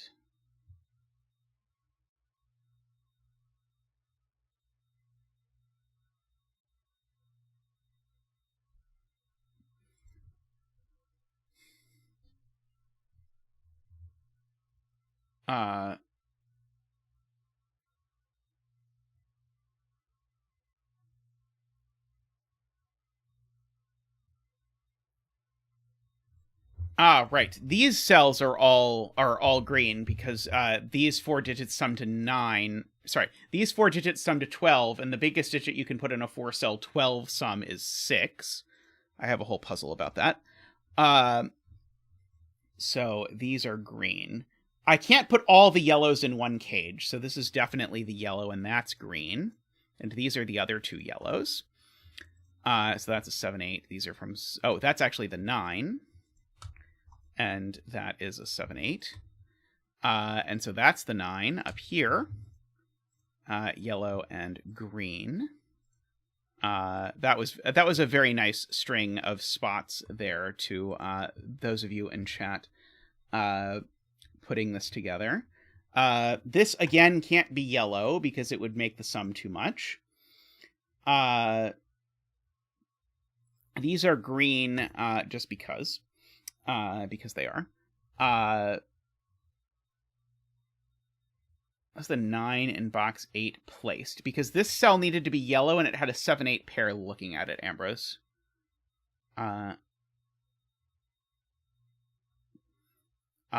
Because I needed to have yellows in the box, and so that ended up sort of doing that. I was also wondering that, I admit, because it sort of felt like magic, the way it actually happened. I know this cell isn't a 1, 2, or a 3, because the 1 and 2 are definitely over here. Oh, actually, I know this isn't 1, 2, 4, 5, because there's a 4, 5 in the cell. So this has been available for a long time. This is 1, 2, 3, 6. 2, 3, 6. That's not the 6. And so this is the other 4, 5. This is the XC 4, 5, if you will. But that gives me a 3, 4, 5 triple in the column. So these aren't 3, 4, or 5. And that's not a 3. Let's see.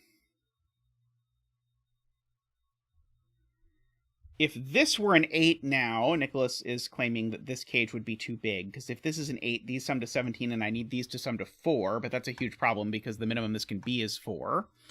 So in fact, that has to be a 7. That has to be an 8. These sum to 16, so these need to sum to 5. This can't be a 5, so it's got to be a 4 and a 1. And circle is 5. Congratulations to those of you who were on the circle is 5 train all along. Very good spot, Nicholas. That is a 2. Hey, Directionary. I hope you are doing well. This is a lovely puzzle. This is a 6. 2, 3, 4, 5. This is a 3 and a 5, if I did that right. These are not various things that are already in the box. Like that. These are 1, 3, and 4.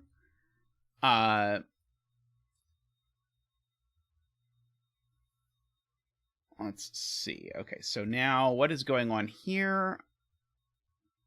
I don't think I know yet. But I can continue my Sudoku adventures up here because I was not paying close attention. Those are a 3-5 pair, which makes that a 4. This is not a 4 or a 5. That's not a 4. That's not a 3. Wait, did I do that right? No, that's not a 2. It could be a 3.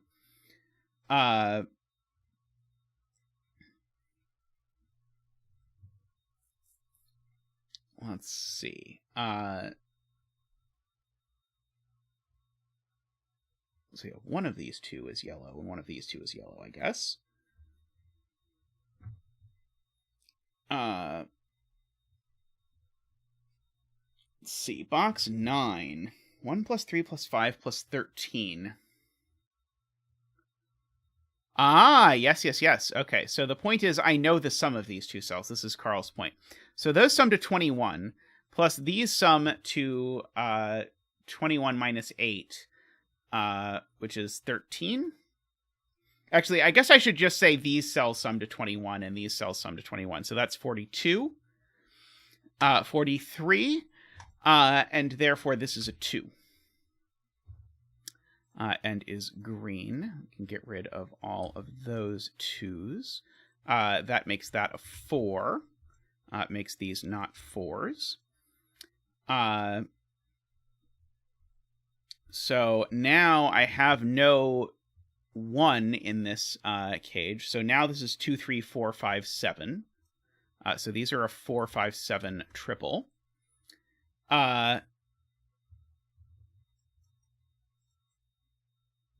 So the column needs to have a 6, an 8, and a 9. That one's not 8. That one's not 9.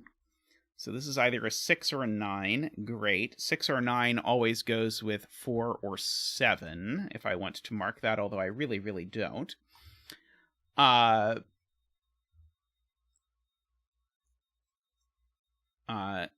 Assuredly, there has to be a 6 here.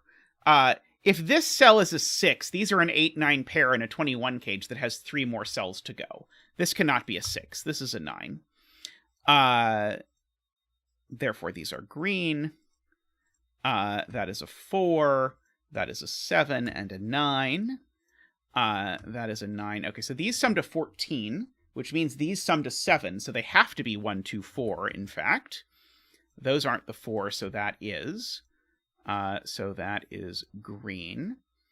5, 6, 4, making that an 8, and that a 6.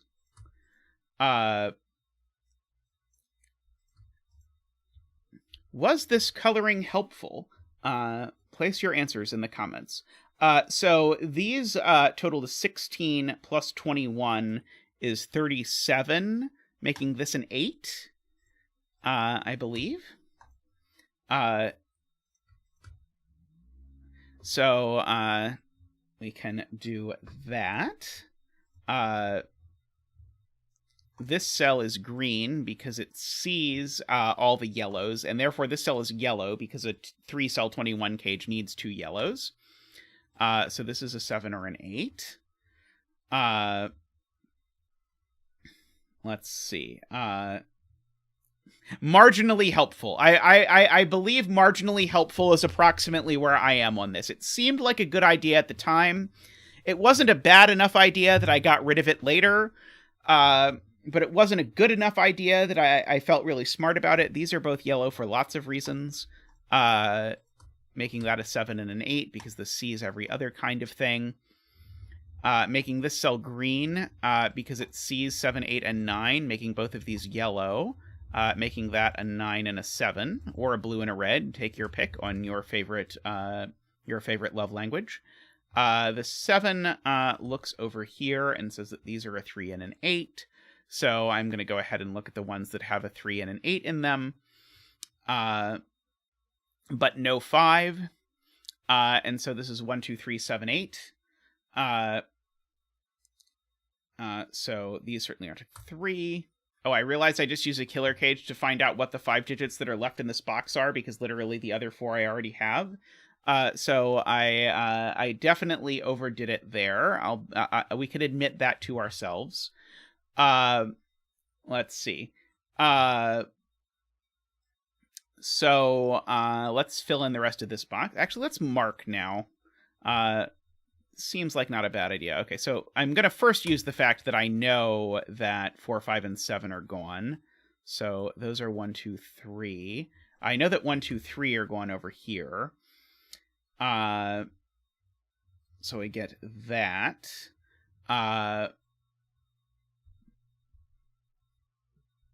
Let's see.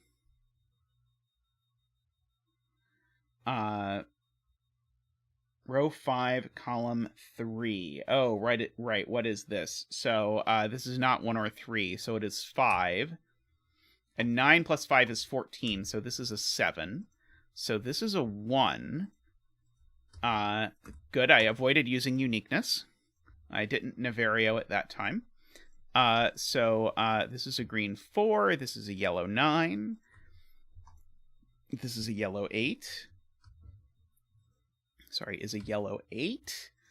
This is a green 3. This is a yellow 8. This is a 5 and a 3. This is a 2 and a 1 and a 5.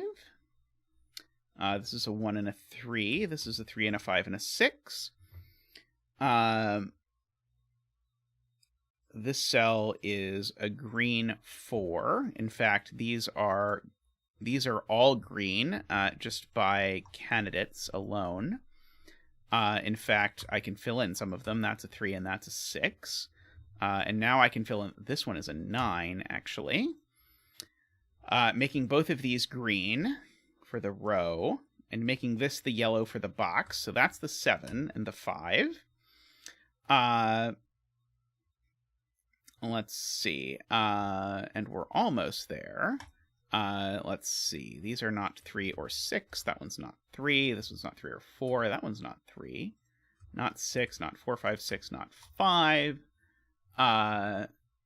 Please don't make me fill in the bet tree at this point. Oh, there's a 1-2 pair in this row, so that's a 5. Let's see. There's a 1-2-3 triple in this row, so that's a 6. And that's a 4, because, again, of the 1-2-3 triple. So that's a 1 and a 3, and a 2 and a 1 and a 3, and a 1 and a 2 and a 3, and a 2 and a 1, and a 2 and a 1, and a 6, and my last digit is, again, a 2. Congratulations to all of the 2-betters. You are making out like bandits today. You should definitely leave some of your wishes for the other betters. But congratulations from Zach and I to you, very lucky 2-betters.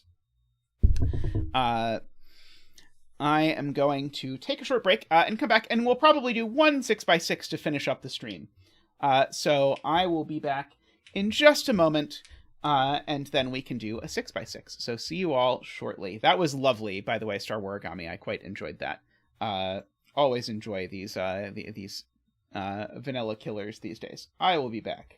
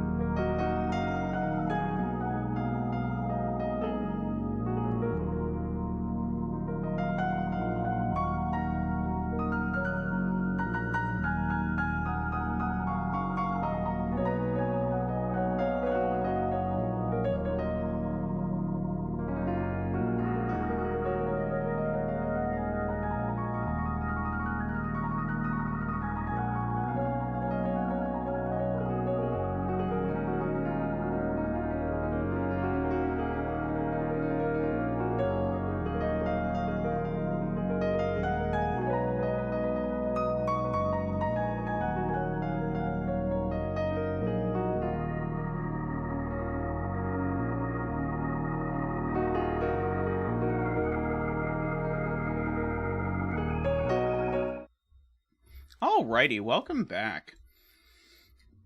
Yeah, Sarah, I started an hour early today, so I'm going to wrap up once I finish this 6x6. So this is by sorry, I've now forgotten their name. 1 second. Be right back.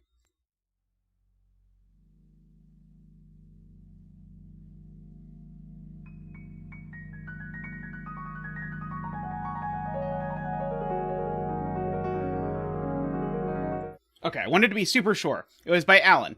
I was pretty sure it was Alan, but then I was like, okay, I want to be extra careful. This is by Alan. So, hi, Alan, by the way, who wrote me a very nice note when submitting this. So we have normal Sudoku rule. So we are putting the digits 1 through 6 into every row, column, and box. I was at first afraid when I saw that they would then also mention 7, 8s, and 9s and more digits, but those are actually for sums. So digits within a cage cannot repeat, which I don't think is ever relevant, and sum to a value that is congruent mod 3 to the cage total. So, in fact, these two cells don't sum to 1, they sum to a number that is 1 mod 3. So they could sum to 1, well, they can't, or they could sum to 4, or 7, or 10, or etc., etc. The digits on the X sum to 10. I have a secret about that to tell you in a minute. And the digits on the V sum to 5. So my secret about the digits that sum to 10 in a 6x6 is that they can only be 4, 6. Which is noteworthy, I think, for the following mysterious reason that I do not know. I'm not quite sure yet. In this row... Okay, so in this row, what do these two sum to? Mod 3 is the question. So all 4 of these sum to 1 mod 3. 1 mod 3 minus 5 mod 3 is 2 mod 3. So these also sum to 2 mod 3. Right. No, these sum to 0 mod 3. What am I doing? I did this completely in the wrong way. They sum to 5 mod 3, and these sum to 5. So, of course, these two sum to 0 mod 3. Now, is knowing the fact that these digits sum to 0 mod 3 somehow useful to me? So, like, they could, for example, they could be 3, 6. That is one possibility. Otherwise, they're like one of each of a variety of pairs. I mean, they're certainly not 1, 2. So they can't sum to 3. Okay, maybe I should just think about it. So they could they sum to 6? I guess 1, 5 might be an option. Okay, I think I'm not thinking about this correctly. That is my conclusion. I think I am missing some deduction here that I'm supposed to be seeing. I felt good about this 4, 6. But I'm not quite sure what to do with all of these cage totals. So, the fact that these sum to 0 mod 3 means they're either the same, and they're both 0 mod 3, or they're opposites. I'm trying to decide what that does. Oh, okay, so thinking about what this is really a good idea. Per Sarah. So this could be summing to 5, in which case this would need to be a 1. Or it could be summing to 5 plus 3, which is 8, in which case this would need to be a 2. And it already can't be summing to 11. Oh, it could be summing to 11 if this is a 5, can't it? I think this could be 1, 2, or 5. Is there a reason it can't have a 5 there?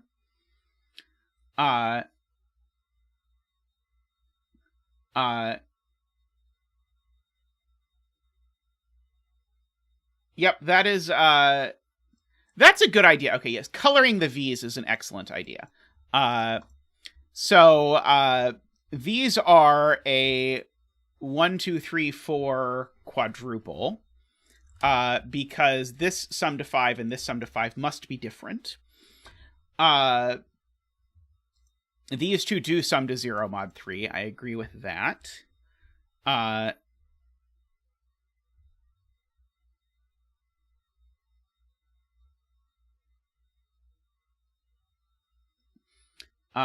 So where's the other green digit in the row? Okay. So this digit can never be green. Because if this digit was green, this would not be 1 mod 5. So that's got to be it, right? One of these two is green, and they sum to 0 mod 5.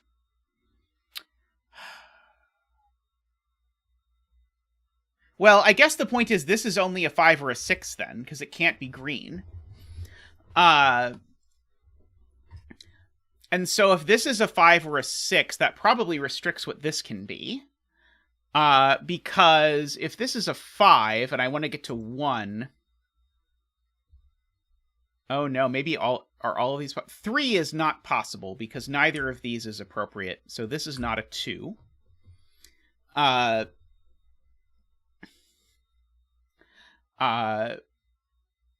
But this could be 6 and 1, or 5 and 2, or 6 and 4 are all valid options, I believe.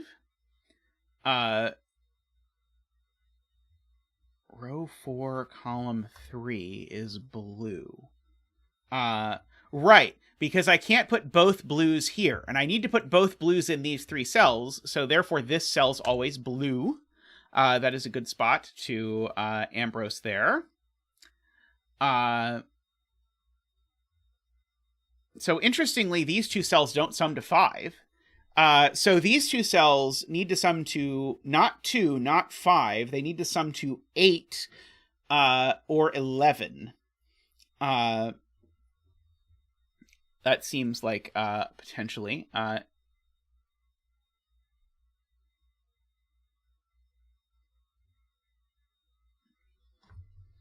So these 2 add to a 0 mod 3 number. So that 0 mod 3 number can be as following. So it can't be a 3, because then they would be a 1-2 pair. That doesn't work. It could be a 6 if they're 1-5. They can't be 2-4 because that would break the V. So that's how far we made it before. They could be 9 if they're 3 and 6. And there's no way I can get to 12. So these cells are always either 1-5 or 3-6, which feels a little bit weird to pencil mark, but I'm going to go with it. Now, that weirdly gives me a 1-3 virtual pair in the row, which tells me that this isn't a 1, so that's not a 4. Oh, why not 4-5? Oh, 4-5 is also possible. Darn it. I think 4-5 is possible, in fact.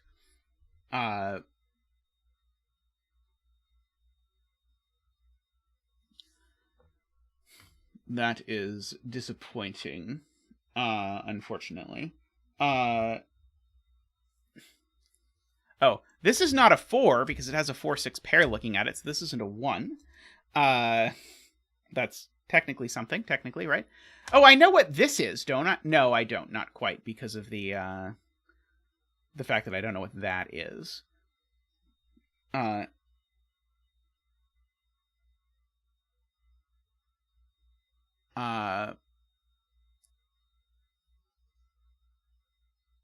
know these 2 sum to 0 mod 3. Can I do something with that?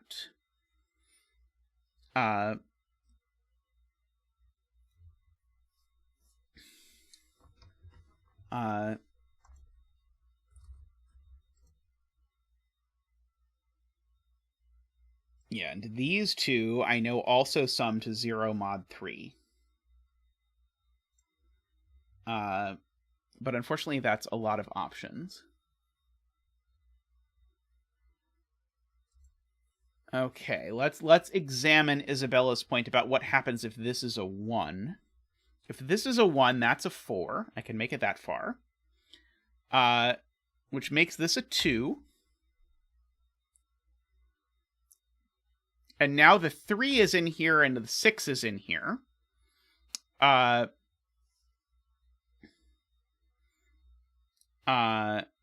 so this is a 5. And is the point that 2 and 5 don't work? No, 2 and 5 do work, don't they?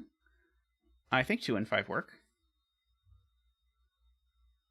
Oh, but these are a 1 and a 4, so I don't have anywhere to put the 3. Oh, that's genius. Okay, so that's the point. These can't be a 1-4 pair at all.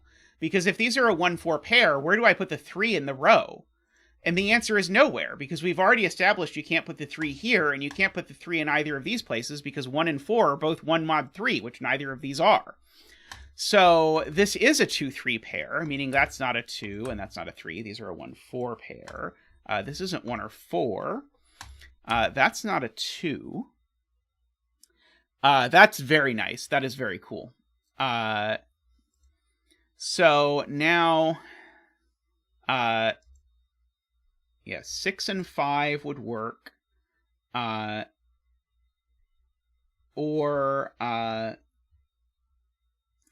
This just has to be a 6 is the point, because both of these are already 1 mod 3. So this needs to be a 6. Very good spotting, to the folks at home. And so now, yeah, the 3 has to go with a 5, etc.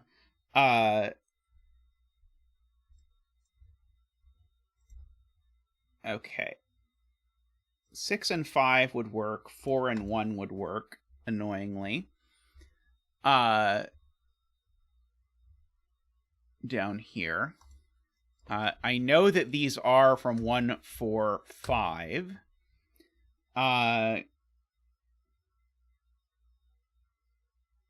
This just can't be a 2, is Eric's point, because if this is a 2, it would need to go with something 0 mod 2, and there's nothing left. So that's a 3, and that's a 2. This needs to go with something 1 mod that, so that's actually that is a 1-4 pair, so that's the green cell. And then this is a 5, making that a 1, and making this a 4, making that a 6. Very good, very good. Okay, excellent spot there to Eric. Meaning we know what this digit is. It's a 6 itself. And meaning that these are 2, 3, and 5. Okay, but I can't put the 3 in here, because if I put the 3 in here, then they definitely do not add to 1 mod that. So those are a 2-5 pair, and that's the 3.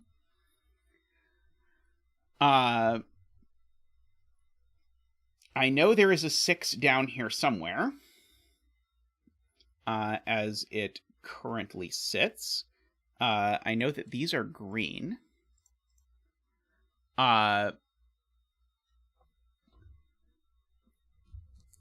This is definitely a very cool idea. I'm surprised I haven't done a puzzle like this before, but I have not done a puzzle like this before.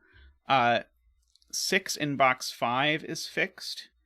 If the 6 went there, it would put a 3 there, and I would need a 1 or a 4 there, and that doesn't work. Because this digit can't be 1 mod 4, so this can't be 3 mod 4. Or sorry, this can't be 3 mod 3. So therefore the 6 is not allowed to go there, and it's not allowed to go there, so the 6 has to go there with a green digit here. Which, funnily enough, means this is always a 2. Because 6 by 6 things. This isn't a 6, so there's definitely a 6 in here. So the 6 needs to go with something that's 2 mod 3, which has to be a 5, because the 2 is gone. So these are a 5, 6. So this is the other green cell for the column. It's a 1 or a 4. These are a 3 and a 5. In some as of yet unspecified order. A 5 doesn't go on a black dot without a 2.5. So this cell is blue. Let's see. So one of these two is a 3, and it's that one, just by sudoku.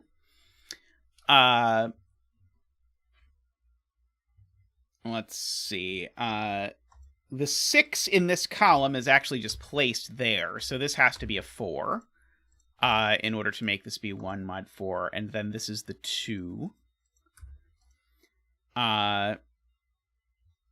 So these digits, in fact, let's mark and see if it works. Okay, it worked. Very nice. Okay, so this is a 1-2 pair, making that a 5, and making this a 4 and a 1 and a 4 and a 1 and a 4.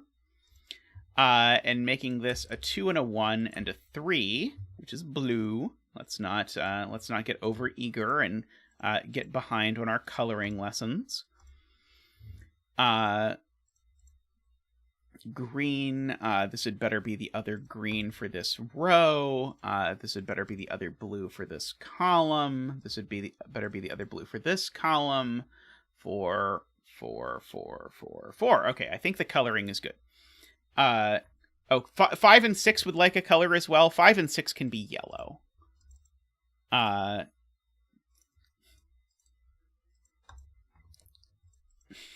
It's funny, we colored in this puzzle the 2 ways to sum to 5 and the other ones. So, therefore, this is a 1 and a 2. This is a 1 and a 5 and a 4. This is a 5 and a 3. This is a 2 and a 5. Gorgeous, gorgeous puzzle. The fact that this being a 1-4 pair was broken if you thought about it the right way was really, really cool. I quite enjoyed this puzzle. So thank you very much, Alan. I hope you'll make more stuff in the future. I would be interested in seeing your 9x9 version if you want to send it to me. I will throw that in the bucket if it's been tested and everything. So thank you everyone for joining me on today's unusual stream that began with my microphone not working and then ended with Tristan realizing that if we turned the microphone on, it would work. So thank you very much for all of your help in the puzzles. And thank you for sticking around. If you've not yet taken a chance to like the stream, please do take a chance to like the stream. It is very appreciated. When you do so. It helps people find the stream. The stream has actually been growing lately for the first time in a while, so it sort of plateaued at like 1,950 subscribers, and we lived there for months. But now we've been growing again, so I really appreciate, I think a lot of that growth is due to people taking the time to like the stream, so I do greatly appreciate that. I thank you all for hanging out. I wish you all a Happy New Year when that gets here. I know it is not that long away, surprisingly. So anyway, thank you so much. If you want to support the stream, the way to do that is to click the join button down below. If you click the join button down below, then for as little as $5 a month, you can become a YouTube member and support the stream. Much appreciated to those of you who do it. Thank you so much to all of you. It means the world to us and helps us not freak out when the microphone doesn't work and we have to buy a new one, and then it turns out later that we don't actually have to buy a new one. But it is greatly appreciated. So thank you so much. Thank you to the people who support at the top level: David, Michael, Nordy, Franco, Woofer, Andreas, and DDX. Thank you so much. I like how MicroStudy sort of knows my end of stream thing. Look forward to my puzzles from the year videos. Again, if you did not hear me earlier, I have a video coming that is me going over all of my puzzles from the year, which is just a retrospective. I'm not ranking them or anything. And then a puzzle or a video where I go over my favorite puzzles from the year. So thank you so much to everyone. Greatly appreciated. I will try and remember to end the stream today, less than 2 hours before when the stream ends. We will see. But thank you all for watching, and I'll see you again soon. Bye for now.